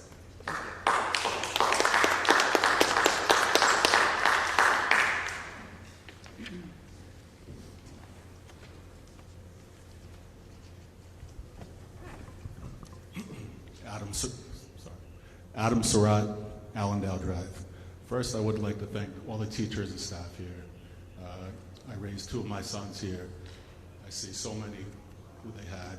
They did such an incredible job. I moved here 20 years ago because of the schools. I will vote yes, and it's so sad that we're losing one teacher. But I would like to address the Board of Ed, the Superintendent's Office. 1 year ago, I was told there was an $8 million lawsuit against the Board of Ed. And Ms. Gabriel told me $3.2 million was paid to a law firm. And I would like to know where all the money for the law firms and the settlements come from. I wonder if Mr. Stark or Christian could answer where all the money for the lawyers the lawsuits come from? Is it from insurance? Is it from?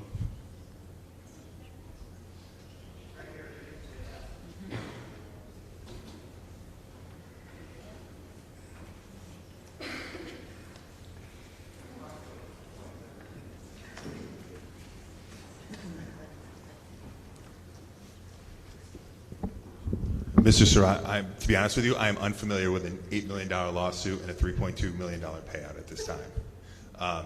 But in order to pay for our legal fees, they come from our operating budget. So we have a line item for legal in the operating budget. So do you know offhand this year how much it was? Offhand, I don't have what it's budgeted for. I can go back and look and respond to your question. Okay, so when Ms. Gabriel told me and Ms. Cabrera told me that, I'm sorry? No crosstalk. No, not you. You're fine. Yeah. When Ms. Cabrera and Ms. Gabriel said it was an $8 million lawsuit and the Board of Ed paid $3.2 million for one law firm, that's inaccurate. $3.2 million last year to a law firm? A year ago. So that I will double down and double check, but $3.2 million is something that would be very difficult for us to I mean, I don't know if they're still here. pay for. I think it's. But I do want to get that line item number for you as Can you well. get it tonight? I mean, I can probably get it for you tonight, yes, sir. Thank you. Thank you. Hold on.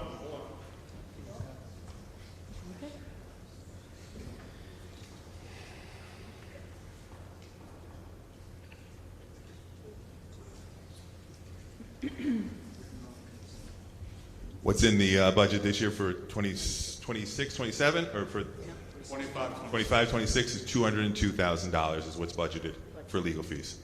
What about for settlements? We don't budget anything for settlements. That's just our one line. Covered by insurance? Well, we don't have any settlements that we're scheduled to pay out currently. Sometimes they are covered by insurance, sometimes they aren't in past years, but So if they we don't haven't have been, anything. then they pay out of the budget? Yes. Yes. So, I mean, can you find out from Ms. Gabriel why she was sick? It wasn't just me. So yes, I will. You can speak, but you're good?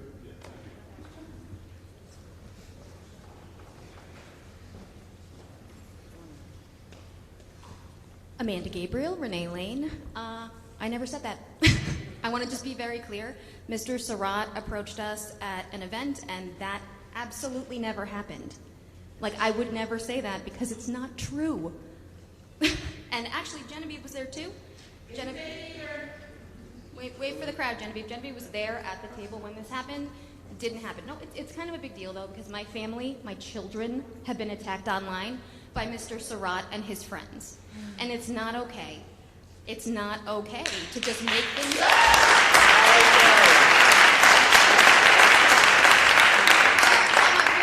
I'm a yes for this budget. Thank you, everybody, and thank you for the hard work of everybody putting together.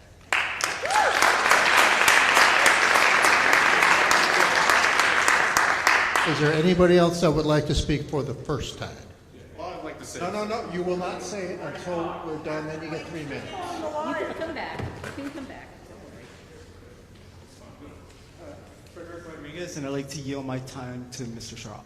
Come back when everybody's finished.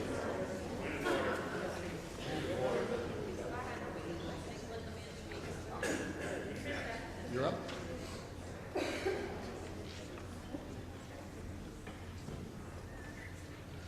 Jerry Wisniewski, 63 Spring Road.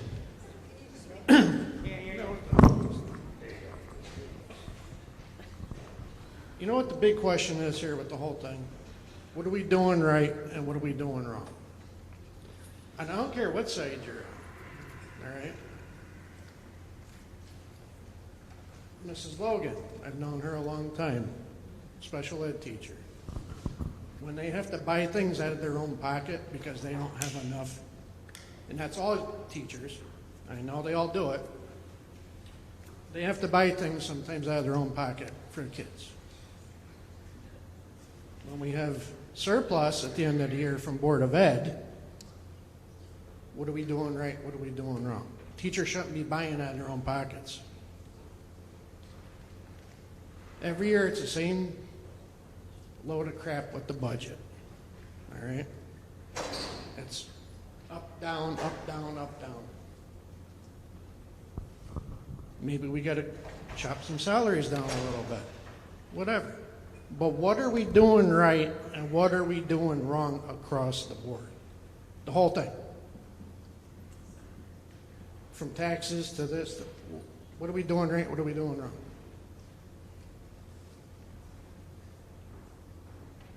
A lot of people on fixed incomes can't afford stuff.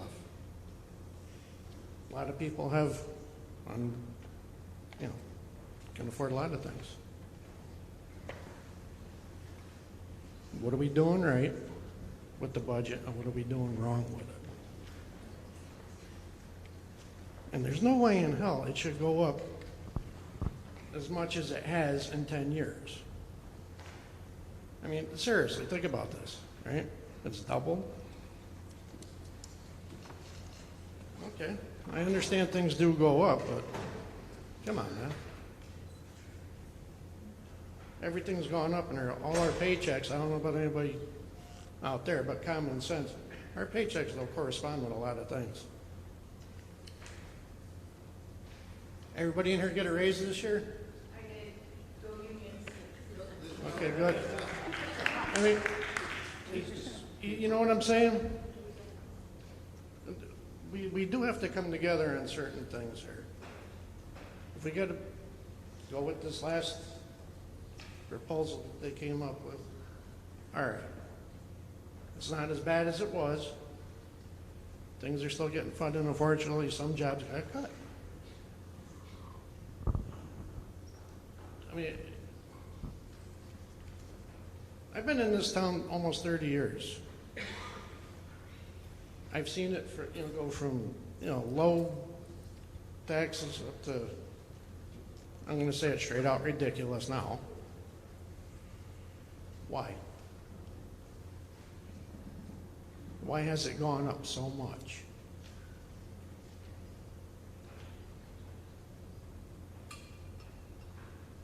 Anybody answer that? Anybody want to answer that?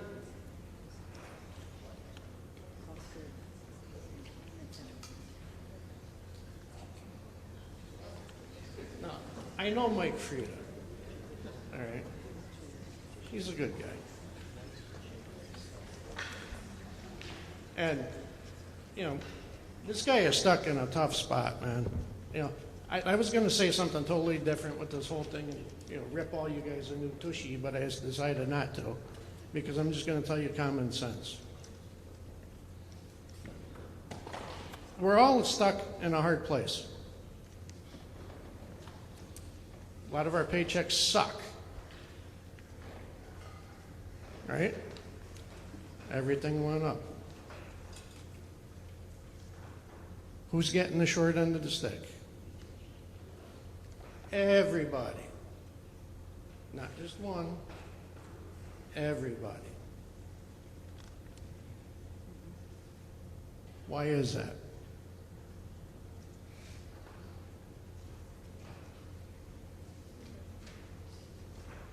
So it's got to come out in the wash somewhere.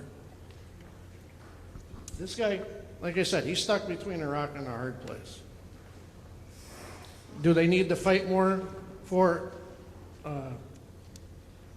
us to get more money out of the state that we already pay into the state to fund some of the stuff for the town? You damn right they do. Our representatives, whatever, they need to get on the ball. All of them. Both sides, whatever, get on the ball. Because we're all hurting. We all feel it. And anybody in here that says they don't feel it, I'm going to tell you straight out, they're full of crap. Because everybody feels it.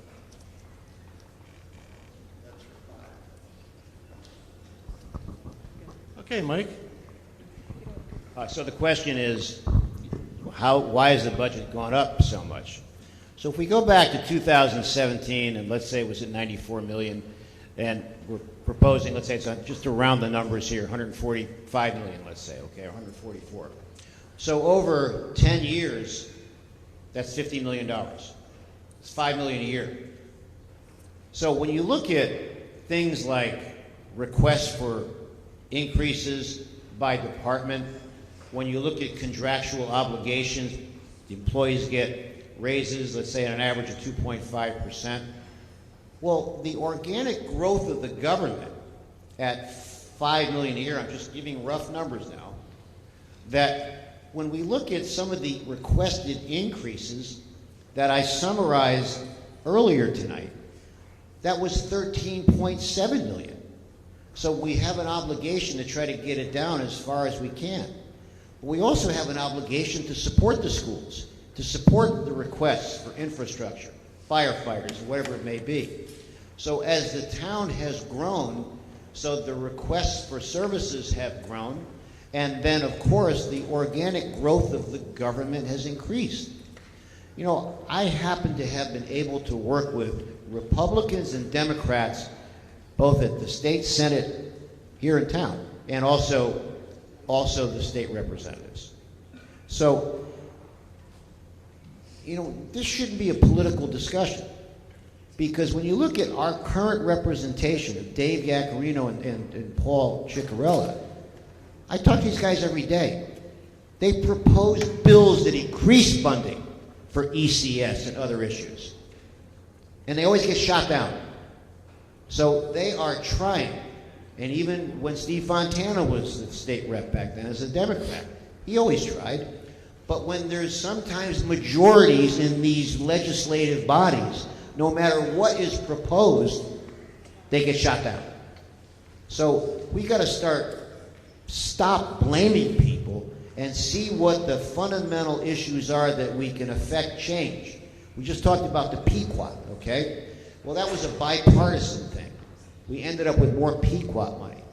But coming back to this issue, over 10 years, on an average of $5 million a year, that gets gobbled up very quickly. And what are you going to do? What are we going to do? As he said, I'm in a tough position, but I like being under the spotlight. I'm battle tested in 2 careers, as a corporate CEO and this career as municipal CEO. I don't shy away from things. I address things. So nothing can be thrown to me that's going to be a curveball. But I'm finding I have to defend some issues here to eliminate the false information that's out there. I work with everybody, Republicans and Democrats. In fact, one of the U.S. senators who was a Democrat said, Mike, we wish we had more people like you in Washington because of the way you work across the aisle. So it's never about a political discussion with me.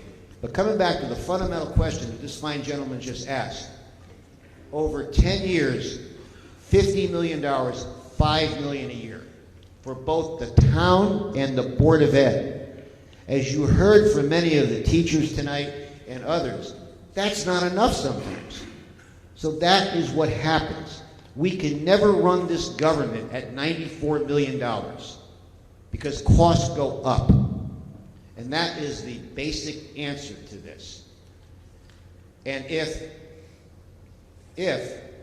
we didn't add any money, then I can guarantee you that there'd be a tremendous reduction of services. It's not just North Haven, folks. Look around. Referendums have failed. People are going back to the budget process. And what that means is that we're no different. We had to retool this budget. It's not a Republican or a Democratic issue here. It never is with me. And from this point forward, I'm going to continue to recreate that narrative here. Because I know firsthand, I have a reputation across the state of working across the aisle. When Governor Lamont addressed 250 people at the AquaTurf, me being the president of all the cities and towns, he said, when I need to ask something about a municipal government, Mike Fried is the first guy that I call. And we're on opposite sides of the aisle. So that's the answer to the question. There's an organic cost to the government that grows every year because of the need for specialized education, special ed, more resources, I just talked about earlier how I summarized all the infrastructure upgrades that we've done here in 15 years. Where does the money come from? It comes from an increased budget, and unfortunately sometimes in tax increases. People call me all the time, I want my road paved. Well, guess what? It went from $200,000 a mile to $330,000 a mile. That's what's happening, folks. Thank you.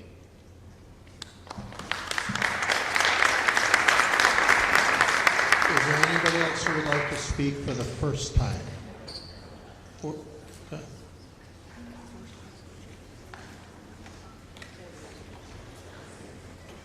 Dan O'Brien, 3 Belmont Road. Just really quickly, I just wanted to address how we spend our money because people have asked for numbers. And one of the most important numbers, it's a really, I'm not a math guy, it's a really simple number, is the PPE, the per pupil expenditure. And it's a really simple formula. You take the total amount of money spent on education and you divide it by the number of students. If you look at the numbers as reported by the state, we are below the state average.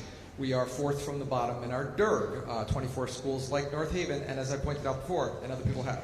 We have a blue ribbon school. We have schools and students that perform 4th from the top in our DIRG.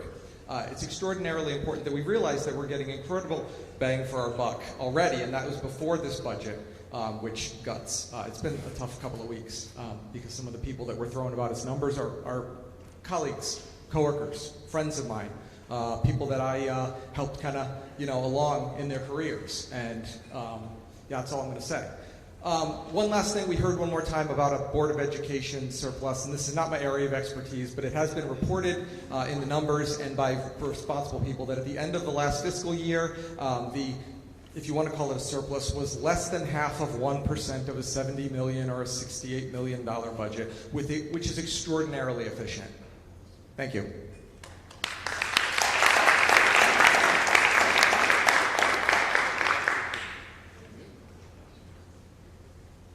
Hi, Jenny Graves, 22 George Street. I'm a teacher in New Haven. I'm also vice president of New Haven Federation of Teachers. I just wanted to rise in solidarity tonight with my union siblings in NHEA. I really value the work that you do. We all value the work that you do. And I'm sorry that we are here fighting for scraps for you and your students and your schools. These 28 positions will impact teaching and learning in this district. It will make jobs harder for our educators. It will impact educator retention and well-being. I come from a district where they chip away at our schools year after year after year. We have 19 librarians for 39 schools. We have classrooms of 26 kindergartners. We do not want our children to grow up in school districts like this. Every year we are fighting with legislation during the session for ECS formula foundation aid to increase. We know it hasn't increased since 2013. We have a lot of work to do. We have 18 billionaires who don't pay their fair share. But we have a responsibility here in town to protect the work that our teachers do, to protect the education that our students receive. And I'm just really sorry that we are here fighting for a yes vote to fight for scraps when you guys deserve so much more. Thank you.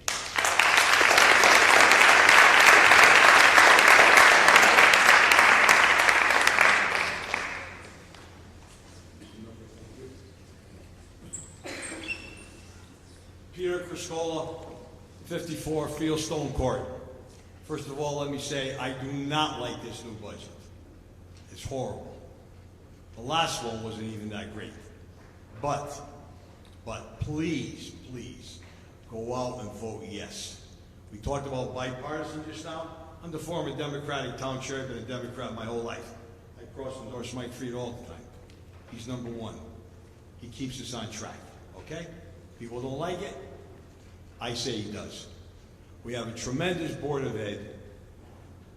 Last month, I believe I was up here and I said that the small, seems like a major tax increase, which it really wasn't, okay? Don't have a Starbucks one week or don't have a Big Mac, a meal. Somebody wrote that in the newspaper and said, I was just thinking, somebody said that. That was me that said it. I'm not ashamed to say it. Don't have to think about it. It was me. trust me. So now, we reduced major reduction in thinking, okay? We lost 28 teachers.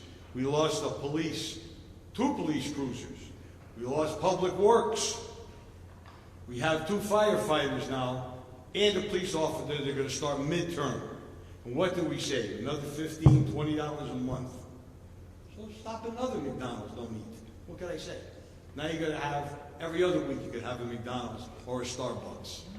Because that's all that we've gained, and look what we've lost. We have a tremendous town. Right now, we're talking about putting on 2 firefighters. Yes, my number 1 passion is the fire department. Everyone that knows me knows that, and I'm not ashamed to say it. Okay? We are so down in the fire department. Right now, we should have a minimum, right now, today, 14 firefighters per shift. We have 10 and 11. We go back and forth. Even with our 3 new recruits who just came out of the academy. And they graduated top of the class, by the way. Okay, we have nothing but the best in this town. We are that far behind. What are we doing? What are we doing? We're thinking about this. If this budget goes down, it's not going to get any better. Trust me. It's going to go backwards. We'll probably lose the 2 firefighters, period, not just a half a year. We'll lose our police. I don't know what else they could strip from Board of Ed. They'll have 50 children in the classroom. I mean, what do you want to do to this town? And then your property value, rest assured, will go down next year if that happens. People won't want to come to this town.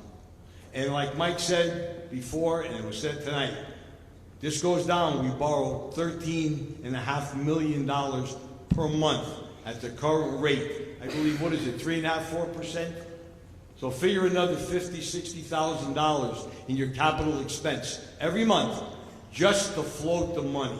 So please, make calls. Mike should do the robocall. Make calls to your friends. Just keep voicing out. Let this budget pass, please. Thank you.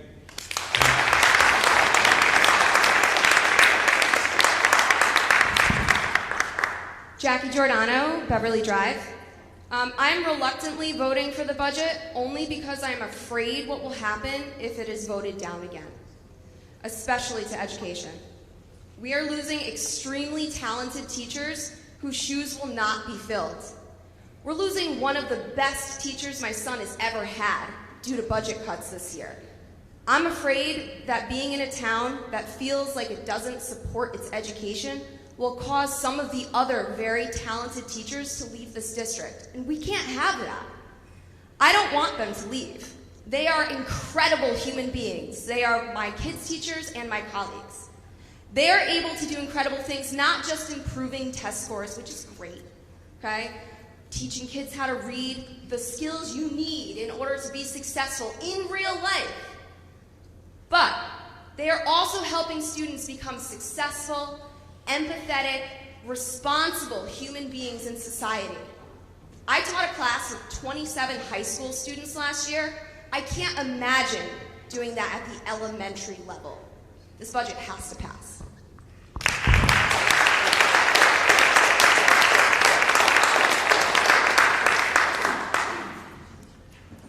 Anybody else? First time? Eileen Honan-Stabby, 8 Westerly Road. I'm speaking tonight as a taxpayer and as a parent of young children, one at Ridge Road and one who still has a daycare bill.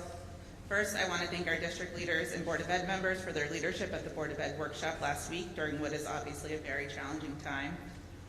During the meeting, I saw, on the whole, a bipartisan group thoughtfully and respectfully take on really difficult decisions, express disagreement, and push each other's thinking productively, and most importantly, consistently center the best interests of students. I think this is a model for our students and a model for town-wide dialogue. Second, I hate this budget. I'm so incredibly disappointed by the damage it does to our schools, but I will be voting yes because I have no confidence that sending the budget back to the Board of Finance won't result in greater harm. And we heard tonight that a failed budget will mean more cuts. All of the Board of Finance's chickens have come home to roost from year after year after year after year of asking our schools to get by with less, and now our students and educators will be directly impacted. With this budget, I'll still be paying more in taxes this year for my kids and all of our kids to have fewer opportunities to be in larger classes and to have less access to the adults and resources they need to learn. What's happening here is completely predictable and is playing out in towns across the state. You can check the Facebook comments on any town's budget posts and find comments that are interchangeable with those that have been plastered all over the North Haven forums the past few weeks. People calling for cutting the fat from schools, losing their minds over administrator salaries that pale in comparison to any for-profit salary with the same scope, and calling for audits of all the unrestrained spending that schools do. They're filled with attempts at pitting fixed-income seniors against working families when everyone is trying to just get by in today's economy and within the systems and structures that protect Connecticut's wealthiest, while the rest of us, as Jenny said, fight over scraps. This rhetoric is enraging on its own, but within the context of North Haven, it flies in the face of any logic. Our per pupil spending is near the bottom of our district reference group, and our performance is near the top. Teachers and leaders are working at max capacity to make magic happen for student learning. Our schools have no capital budget, and our schools have no rainy day funds. Our PTAs work their butts off to raise money from parents for things like basic office chairs for the school secretary and books for the school library, and to rally parents to send in boxes of tissues for Teacher Appreciation Week. Our town leadership and the Board of Finance knows all of this, and yet budget requests from our schools are repeatedly labeled as outrageous, and schools are forced to dig deep and make cuts that will be felt for years to come, while the town side cuts are barely even mentioned at a whisper. This doesn't square with a town that is taking long-term sustainability seriously. It doesn't square with a town that prides itself on being a great place to raise a family or retire comfortably, because divesting from schools puts both of those things at risk. Voting yes for this budget demands accountability in the form of a real plan to move North Haven forward. Gutting school funding isn't compromise. Compromise is looking at the whole picture, accepting the reality and complexity of our finances, and taking steps to ensure we're not back here again next year. I'm voting yes next week so we can start holding ourselves accountable to that form of compromise now, instead of waiting while our students, our educators, and our community bear the cost. Thank you. Is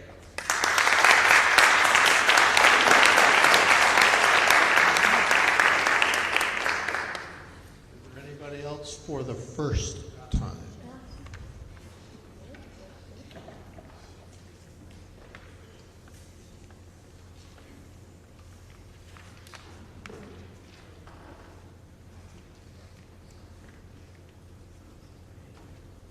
Dorothy Logan, 2065 Hartford Turnpike. As a senior citizen, I understand why people are, other seniors are saying that they can't afford an increase in taxes. With reevaluation last year and the cost of food and gas. And I understand that. Fortunately, I was very privileged to teach in this town for 25 years. And as a retired educator, I am so disheartened with the cuts that are taking place in the education side. You're losing bright young teachers who are going, and they won't be coming back to North Haven. We're losing teachers through retirement, so you're losing people with experience and great wisdom.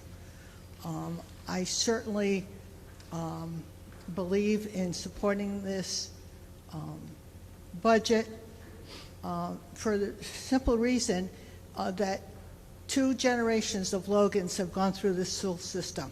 The first generation in the 50s and the 60s, and I know people sacrificed to send those students through the school system. The second generation, which are my children, have gone through the system, and people sacrificed to all the students during the 1980s and 1990s, and I feel it's my obligation. I want to pay, not that I want to pay greater taxes, but I'm willing, because I believe in the education system, and I wanted to continue to grow and thrive and survive. Thank you.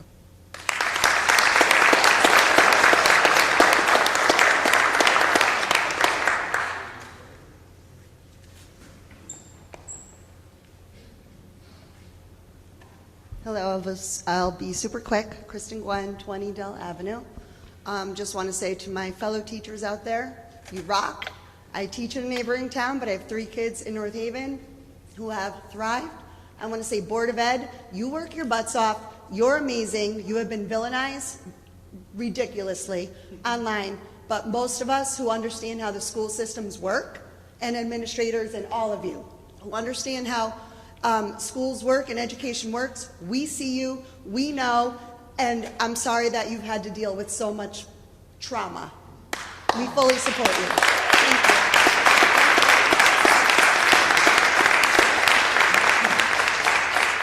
you. Is there anybody else?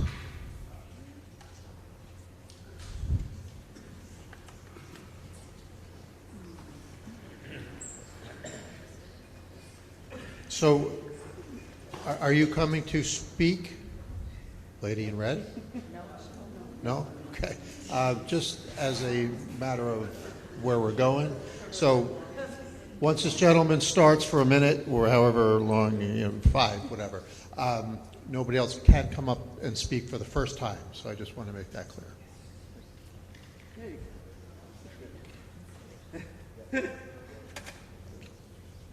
First, I would like to thank Mr. Stark and Christian for answering my questions. I appreciate it. Can't hear you. I would like to thank Christian and Mr. Stark for answering. And if I was misinformed, I know what I heard, but we'll just stop there. But what I'd like to address is I don't have any social media whatsoever. So for Amanda to say that I myself and my friends have attacked her and her family is absolutely untrue. I've never once written about her, and I think she owes me an apology. And let her show me where I once attacked her or her family. Thank you.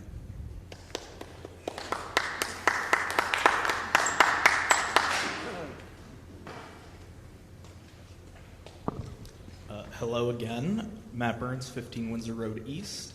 I'm not a teacher. I'm not a teacher in North Haven. I don't know what it's like to teach children. It sounds hard.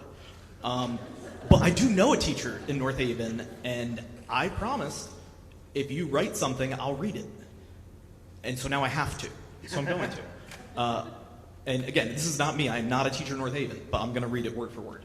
Hello, I am a teacher at one of the North Haven public schools. I am writing to help give some insight on the current environment within the schools regarding the most recent budget vote. The result of the vote has completely demoralized teachers throughout the district. Many of us have found out we will no longer be able to work within a school district we have grown to love, or are now forced to fight over jobs that are remaining with colleagues and close friends. All of us are wary of the implications for the future of education in this district. One major concern that we all have is the increased load with the resulting increase in class sizes. While a couple of kids per class may not seem like a large undertaking, I promise you it is. Adding even a couple of students in a class is enough to significantly diminish student outcomes, behaviors, and discipline within a classroom. We've seen in recent years with COVID that even 1 year of disruption can do bad to a child's long-term education. I should have read this first, huh? These issues have already started in schools because positions continuously do not get filled when a person leaves. I've seen many people point out behavioral concerns with kids around town and think that schools must not be doing the right things. The plain answer is that we are short-staffed. We will be shorter staffed next year. I'm worried that this will become the new normal. I'm worried that we will continue to look for cuts in education rather than looking for chances to make a better environment for the students that are in our schools. I am aware that there are plenty of other reasons that people may vote for or against this newly proposed budget. All I will say is that North Haven's teachers, administrators, staff members, and students need this budget to pass. We needed the last budget to pass. We need you to put the education of our children as a priority. Thank you.